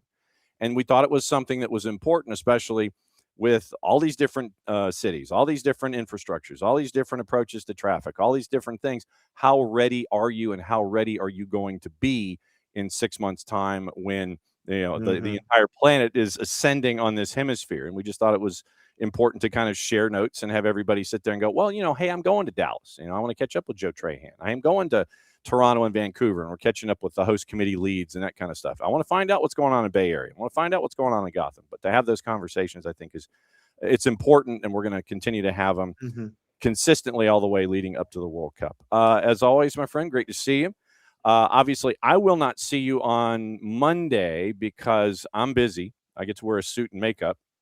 Monday, Tuesday, and Wednesday, I'll be at Mercedes-Benz.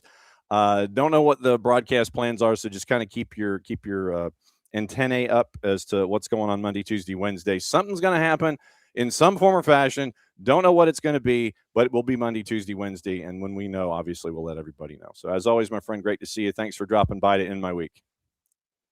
Seeing y'all. Enjoy your weekend. There he goes. That's Bart Keeler, everybody. And there. So, real quick, before we get out of here, what to watch, where to watch it, how to watch it. And thanks again to Bart for coming in for discussing everything in NWSL in the final 20 minutes.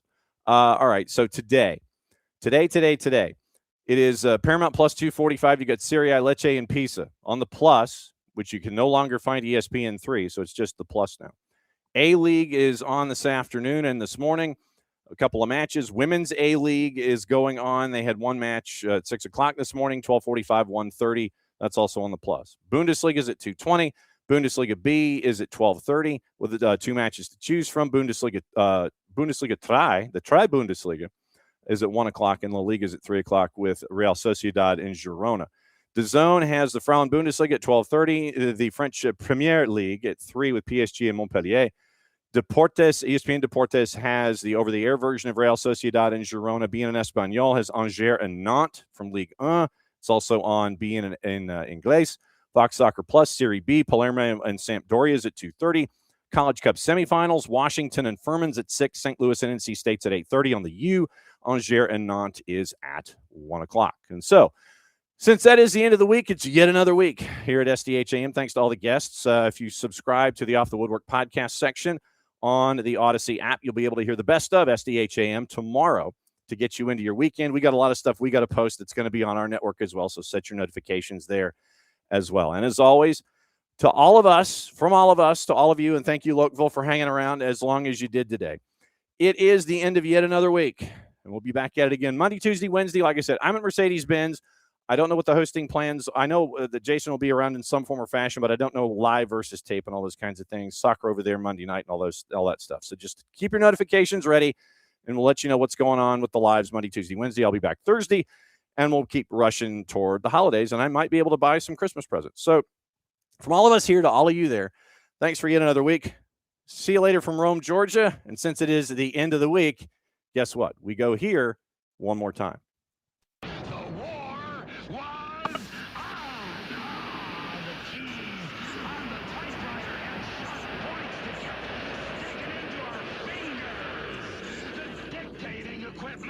Started asking us questions, and our beepers sent electric shocks just through our body like a cattle prod. Out in the warehouse, the trucks kept banging into the docks, not even thinking about stopping. Oh, our frail bodies were strapped to the chairs, and our chairs were chained to the desks.